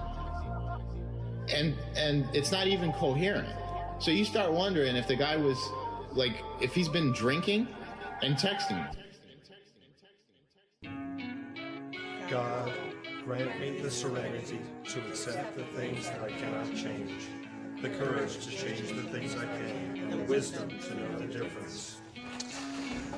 All right, so we'll get into the big book and the 12 steps a little later tonight, but I always love to hear everyone's stories. Why don't you talk tonight? Vest got me sweating, but the room getting colder. Looking at the camera and the kitten on my shoulder. Will they tip tonight? I don't know. Is it over? Booted at a Best Buy for stealing controllers. Lean with me, rock with me. I get by from all of the crowdfunding. Snort with me, drink with me. I got my mom's liver and my dad's kidneys. Lean with me, rock with me. I get by from all of the crowdfunding. snort with me, drink with me. Gin is great. Sweaty JPEGs, Kevin Nash spending. Told them if they tip, better tip now. I got married to a big cow. Got a problem, you know what it is. Gout. I'm the guy that stream with his dick out. This shit ain't fiction, it's too real. Too real. Fuck Penalty, I'll give her 2 pills. I need the support, so I know I'm gonna find it. Ring, ring, hit that DoorDash, perfect timing. I know I'm just fat, but it's okay, cause so is Kat. Oh, she hates it when I DoorDash, but I'm spending that cash. It's all my cash. Lean with me, rock with me. I get by from all of the crowdfunding. Snort with me, drink with me. I got my mom's liver and my dad's kidneys. Lean with me, rock with me. I get by from all of the crowdfunding. Snort with me, drink with me. Gin is great. Sweaty JPEGs, Kevin Nash spending. Gin is great.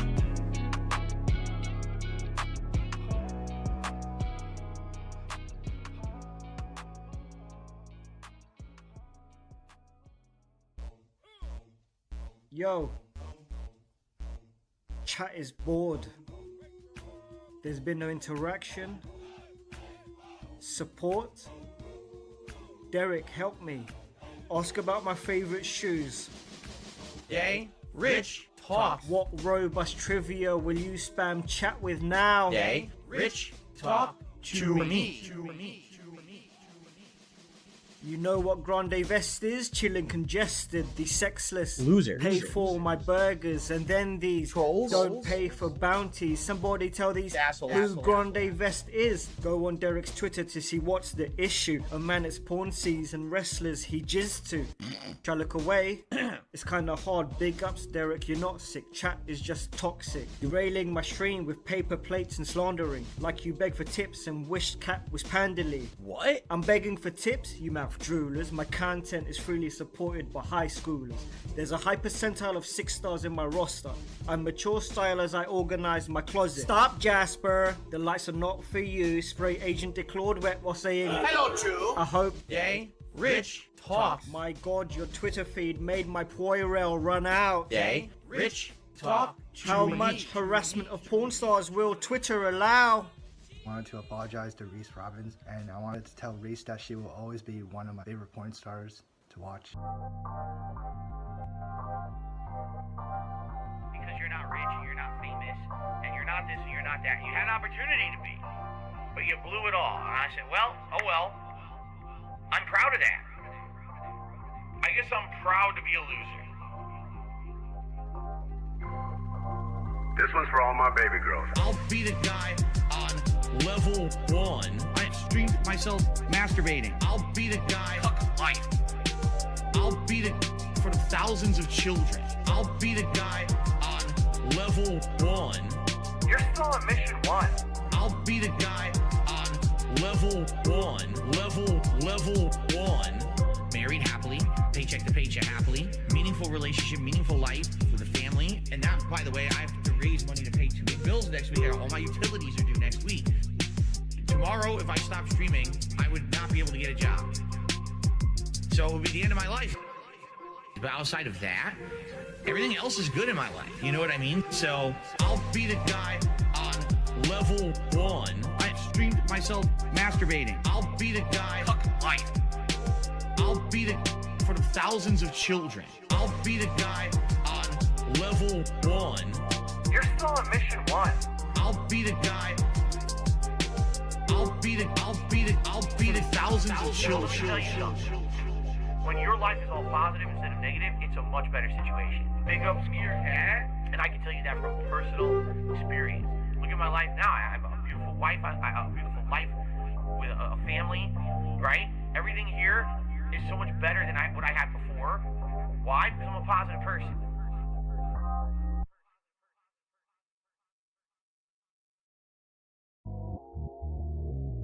They completely soaked the sandwich in sauce. Yo! Meerkat Mob. Yo!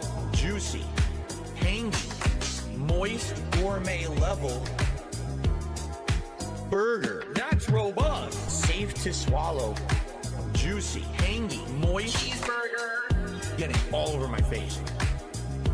Gourmet level burger, tangy zip, swirl, moist burger. Yummy and robust. Yo! I have gout. Gout is a disease that makes my acid levels much higher than most people's. And so if I eat certain foods, my acid level elevates, skyrockets, and then I get all giant swelling and incredible pain in my joints. So I'm gonna eat this burger live with you today and share what I think about it. I'm sure people are gonna be asking me questions about it. Yo! Juicy, hangy, moist, gourmet level, timed release of flavors. Burger, that's robust. Juicy, hangy, moist burger, getting all over my face. Gourmet level burger, hangy, swirl, moist burger. Yo! Gow, gow, gow, gow, gow. Cheeseburger.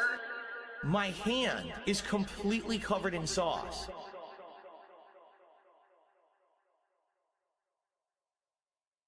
All right. Somebody once told me that YouTube's got that money to help me when my job laid me off. I was looking kinda stout with my cowboy hat and gout as my e-begging started to take off.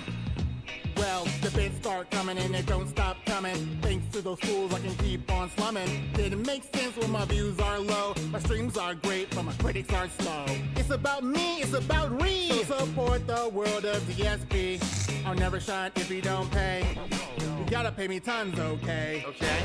Hey now, I'm an all-star. Got my fourth place at Evo. Hey now, I'm a Twitch star. Gonna free stream my woes. And the city bits for gold. Manage partnerships, break the mold. It's a good month, but you can make it better. I'm bleeding for money like a streetlight beggar, but the SOK and the minions pushing out lies and a poison opinion. So morons think they can damage me. A bright side, Vikings here with his money. And not just him, I got more. That's the way I like it and I'll never get poor. Hey now, I'm an all-star. Got my fourth place at Evo. Hey now, I'm a Twitch star. Gonna free stream my woes. And the city bits for gold. Manage partnerships, break the mold. Thank you for the support, and if you can, when you're watching these live streams, cheering, subbing, tipping, all those things. Right now, obviously, I do that more than ever because it looks like potentially YouTube ads are maybe going away. If I can't get these copyright strikes cleared up off of DSP Gaming. Hey now, I'm an all-star. Got my fourth place at Evo. Hey now, I'm a Twitch star. Gonna free stream my woes. And the city bits are gold. Manage partnerships. Somebody once asked why I jerked off right on cam. I need to report you and shut down your streams. It's my leg I was scratching. You're so dumb for even fucking asking. And you need to get with the program. Well, the bits start coming and it don't stop coming. Thanks to the fools I can keep on slumming. Didn't make sense when my views are low. My streams are great, but my critics are slow. It's about me, it's about Reed. So support the world of DSP. I'll never shine if you don't pay. You gotta pay me tons, okay? Hey now, I'm an all-star. Got my fourth place at Evo. Hey now, I'm a Twitch star. Gonna free stream my woes. And the city bits are gold. Manage partnerships, break the mold. And the city bits are gold. Manage partnerships, break the mold.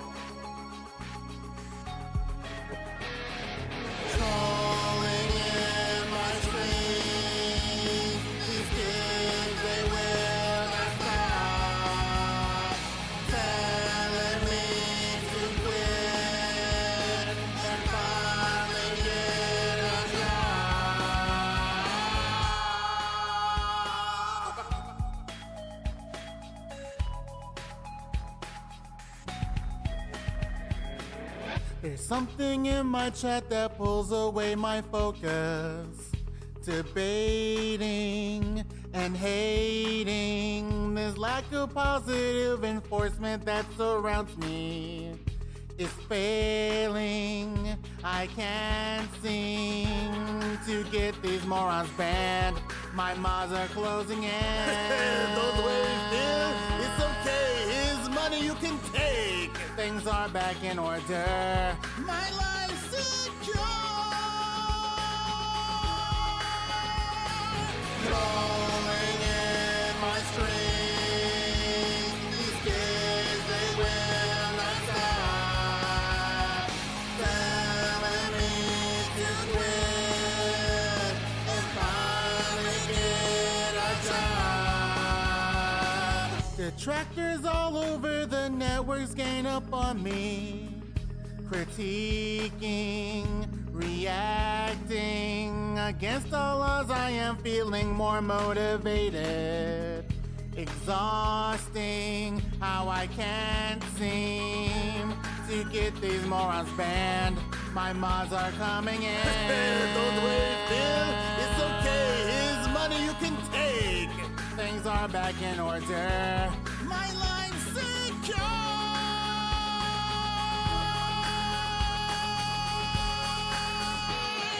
Trolling in my streams. These kids, they will not stop. Telling me to quit and finally get a job. Trolling in my streams. These kids, they will not stop. Telling me to quit and finally get a job. There's something in my chat that pulls away my focus. Debating. There's lack of positive enforcement that surrounds me. Is failing. Get a job.